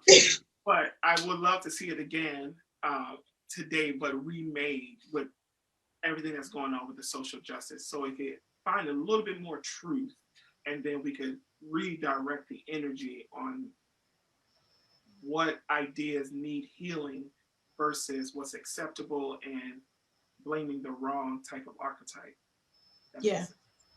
Okay. All right. Well, good. Hopefully that answered your question, Joe. He says, spot on. For 1995, I feel it was brave, but still watered down. They truly need a remake today. So y'all on the same wavelength there. And that is coming from an indie film producer there, writer, producer. So, and they have, and I'm going to give them another shout out. Gave them a shout out when I had the producers and directors from Double Cross on. But Joe and Brady McCord, they are both indie artists, and they actually they have a series of movies that are coming out, films that are coming out that you are definitely going to want to get a hold of, Andrew. Oh my God. Yes, for sure. And I can't wait for it to be revealed. But Exquisite Fracture series. Did I say it right, guys? Exquisite Fracture. And you are, oh my God, the title alone will grab your attention. And I can't wait. They're awesome in their writing, and it's going to be wonderful. Let's see here. Loretta says, I'm not watching Candyman, no dice. I love my sleep. Too funny. I'm going to read some more. Fred Tapley, thank you for watching and joining us on today. Marcus also says, my brother has given us the whole inside scoop. Much love. Deidre says, Get Out intrigued me. Us frightened me. I don't scare easily. I was the same way, Deidre. I was so excited about Get Out. You know, it was exciting to see that. And then they were like, okay, Us is coming out. And I'm like, like, I don't understand how Lupita wasn't nominated for that movie. I don't get it. Brilliant. I mean, she just was, comfortable in her character and just characters and Us, you know, just like, it was just wonderful. It was wonderful. Well, I have 2 questions about that really quick. Yes. Whoever brought up Us, did you ever get the sense that even Us, the title, was a duo in itself? You have Us and the US. Oh my God. Deidre brought that up. But oh my God. For me, I think initially when I started watching it, no. But as you get towards the end and, you know, all it resembled United States to me. It did.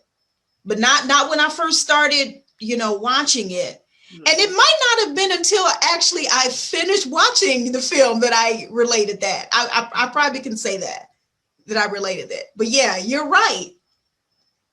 So what can I say? Okay, just in short, in philosophy, I think it was Socrates, or maybe it was Plato. I think it was Plato who came up with the cave stories about everything being tethered and us wanting to, what we see as, what we perceive as reality is about, you know, how these captures were in caves and they would see the shadows of whatever object was standing in front of the light, and that's in their mind, where like that shadow is real.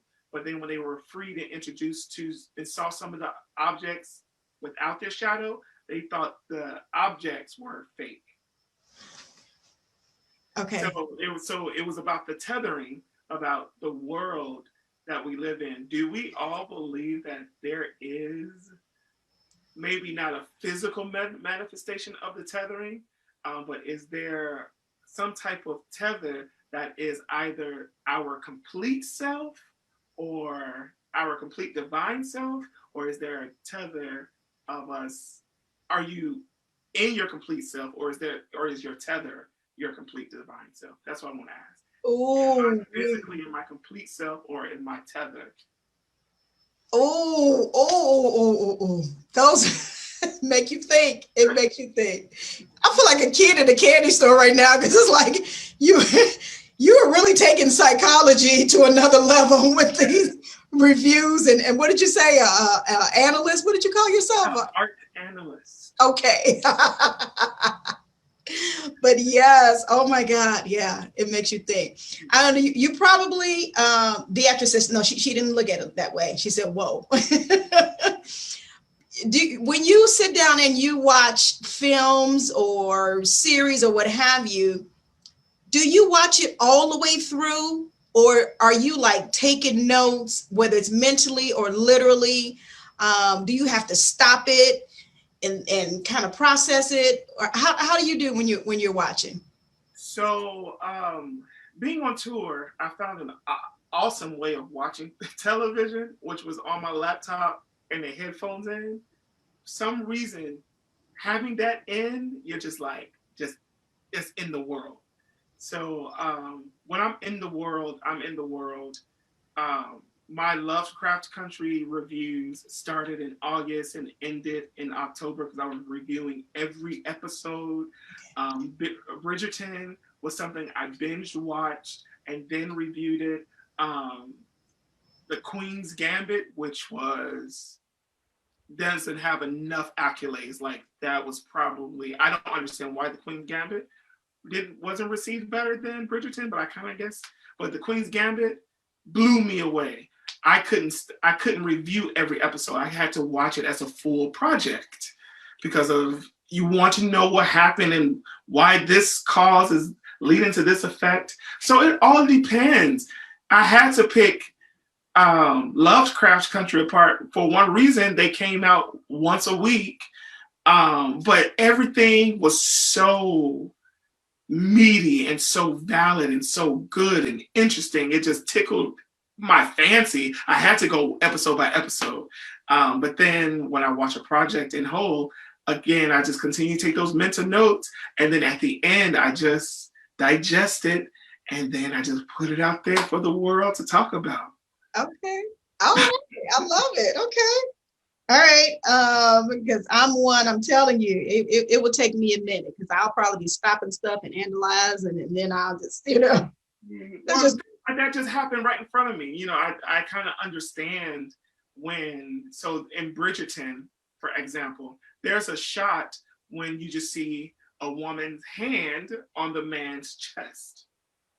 And in the shot, some people may bypass it because in common sense, it doesn't look like she's pinning him down because she's a little woman and he's a bigger guy.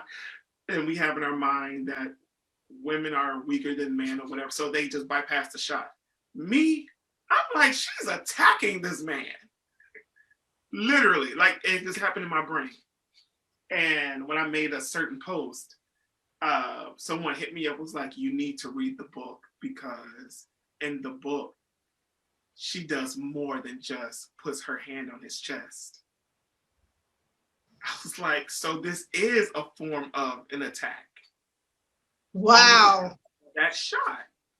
Because the man was at his weakest at that point, and I just saw that shot. To me, that automatically clicked up. To someone else, it was, oh, she just put his hand on his chest. No, the storytelling happens in the shots. It happens in the dialogue. It happens in what's not being said. It happens in the costume. It happens in the lighting. Alfred Hitchcock was the best person. He will tell story with his props. Yes. I remember I was watching Psycho recently.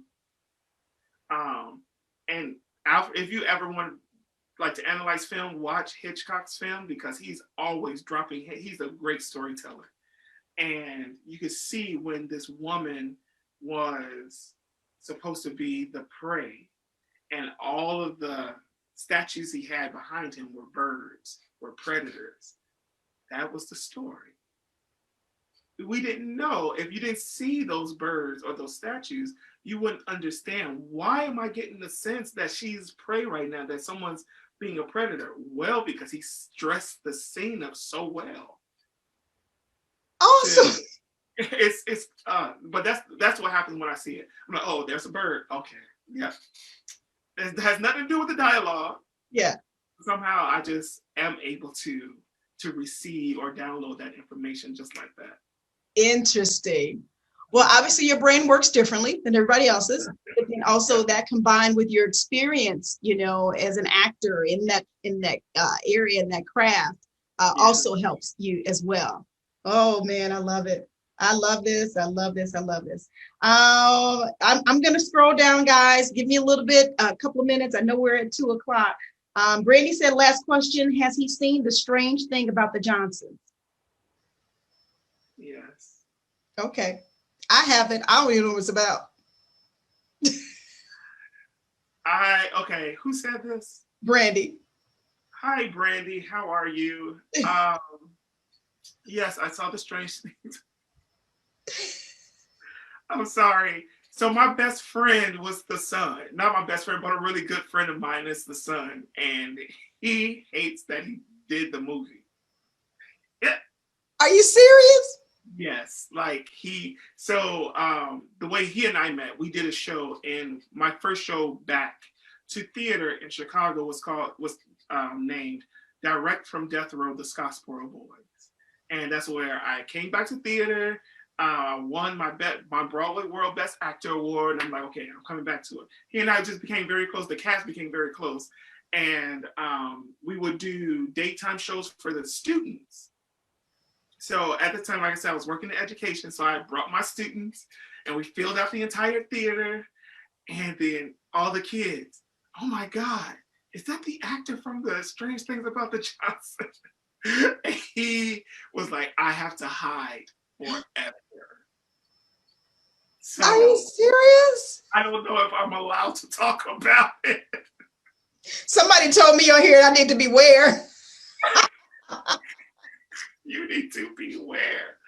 I don't know if I'm allowed to talk out of my friendship. Just know I've seen it. And whatever you're feeling, it's probably right. It was strange. And it probably shouldn't. I can't say it probably shouldn't have been made because that probably is someone's story. Is it scary? Is it what would you label it? It's a psychological family drama. It's piquing my interest already. Should I beware? Would I be interested? Okay, so let me say this.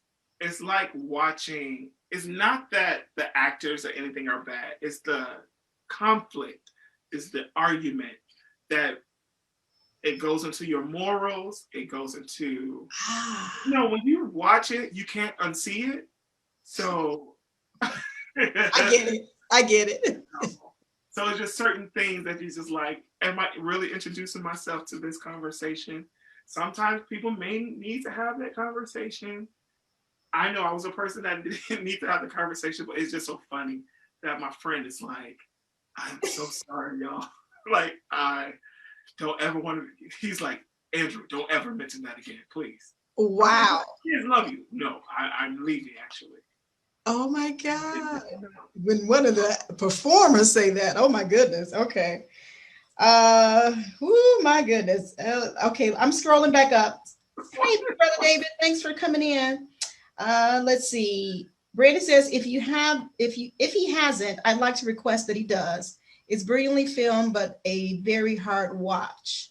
It opens up a conversation that Black men in particular are terrified or too disgusted to broach. I'd like your read. So are we still talking about the same thing? Is that the concept of the Johnson? What was that? Is that the same thing about Strange Things? Because it kind of sounds that way. Yeah. Okay. I'm thinking because I jumped down for some reason. And I think that's what she was referring to.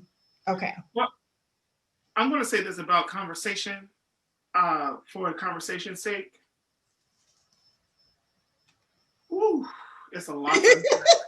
And the crazy thing, it's a short film. It's probably about 45 minutes? Really? Like, it's not a 2-hour feature length. Just 45 minutes you can't get back. It's just 45 minutes you can't get back. You probably goes on an altar afterwards. I can say this about it.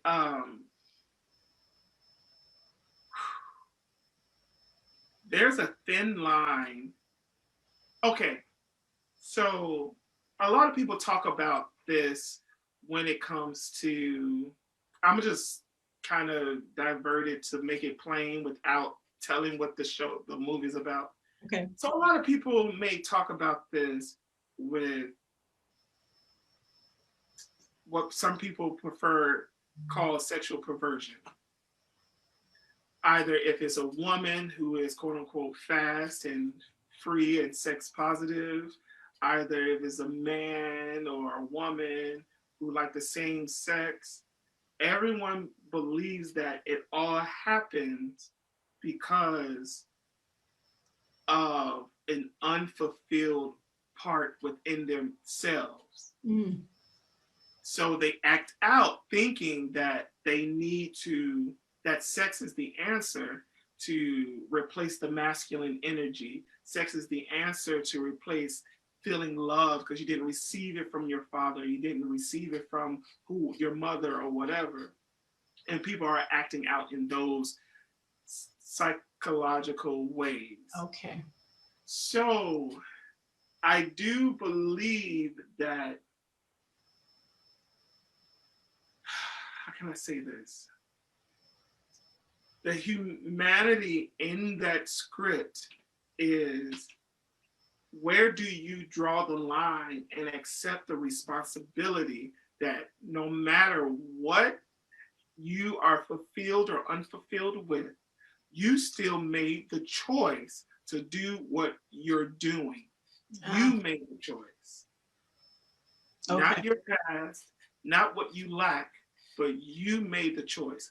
where do you accept the responsibility to change your actions and move forward? Or do you accept the responsibility that you do want to move forward with this in your life? Okay. Okay. I love it. I love it. I love it. Now, this is good stuff here. This is good stuff. Hopefully that answered questions for you guys.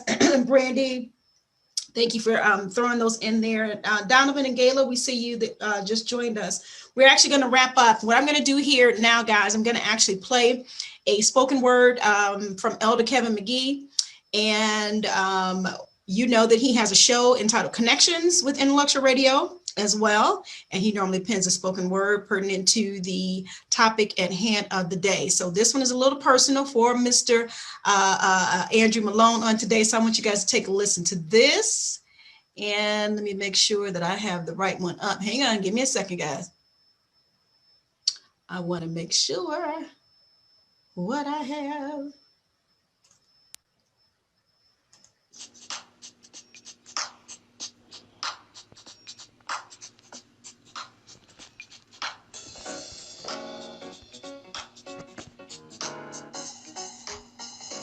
Many changes brought about by Corona, the shutting of doors and the opening of others, plans altered, so we have to learn how to adapt to changing times, revised standards, new normalcy. So where do we go in this new world of ours that takes us from performing on stage in Broadway to critiquing those who exercise their craft so that they can appear on that same stage? You can't stop or kill a dream, because even though you may take a detour, the dream will still stand. Whether you call yourself Mr. Charlie James or Jimmy Lee, behind it all is a man of many faces and a man of many talents, showing us that Corona is not the only thing that can change the world. Do your thing, Andrew. It's all about you.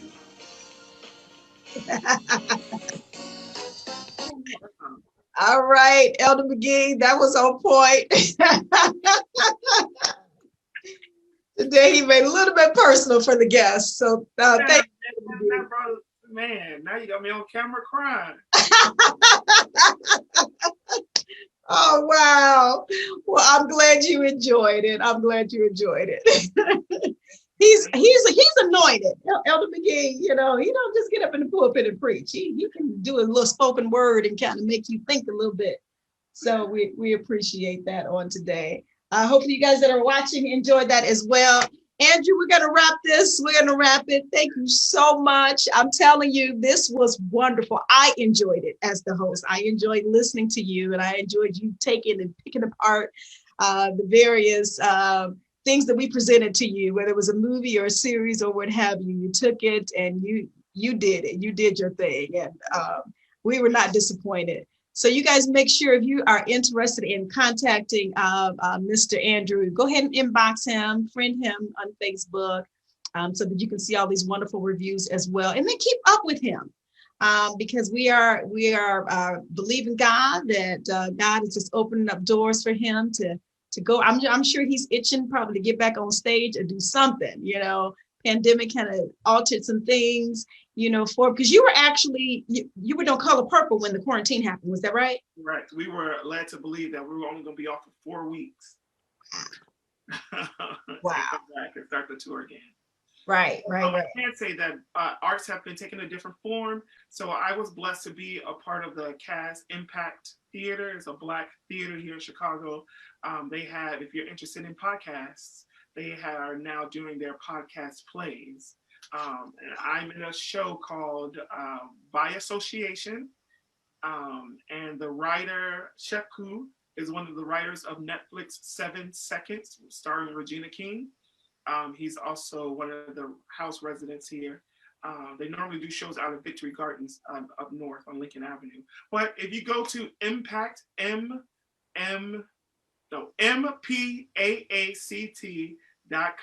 or you can go to my page, you will find where you can donate to save the arts and to save Black arts, and most importantly, where you can listen and enjoy a show called By Association. It's about a Chicago kid who is being questioned after being associated with a Muslim who may have or may not have bombed a Chicago red line. Ooh. So now him and his family, the living family or the friend's family, is now on the run from the law. So that's a podcast play, impact.com. It's called By Association, but they have other plays listed as well. So shout out to my Impact family. Love y'all. All right. Wonderful. Wonderful. And that was MPAACT? Correct. Okay. I tried to type it in the comment section so you guys can make sure to go there as well. But again, you can also go to his page, Andrew Malone, ANDREW Malone, MALONE. And you won't be disappointed. Again, we're going to have to make this some kind of regular thing to have you come back on, because there's so many things that we could review and talk about, or you could review and talk about. They really enjoyed you on today, so I do appreciate you for coming in. Infinite, thanks for coming in, dear.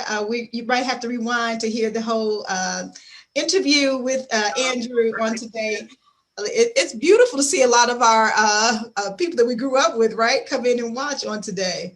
Cashapp West, thank you. I appreciate you as well. So yeah, we're gonna get out of here. I see Sharita. Sharita, you okay? What was the mean face for? Are you mad it's over or something? Are you gonna be okay?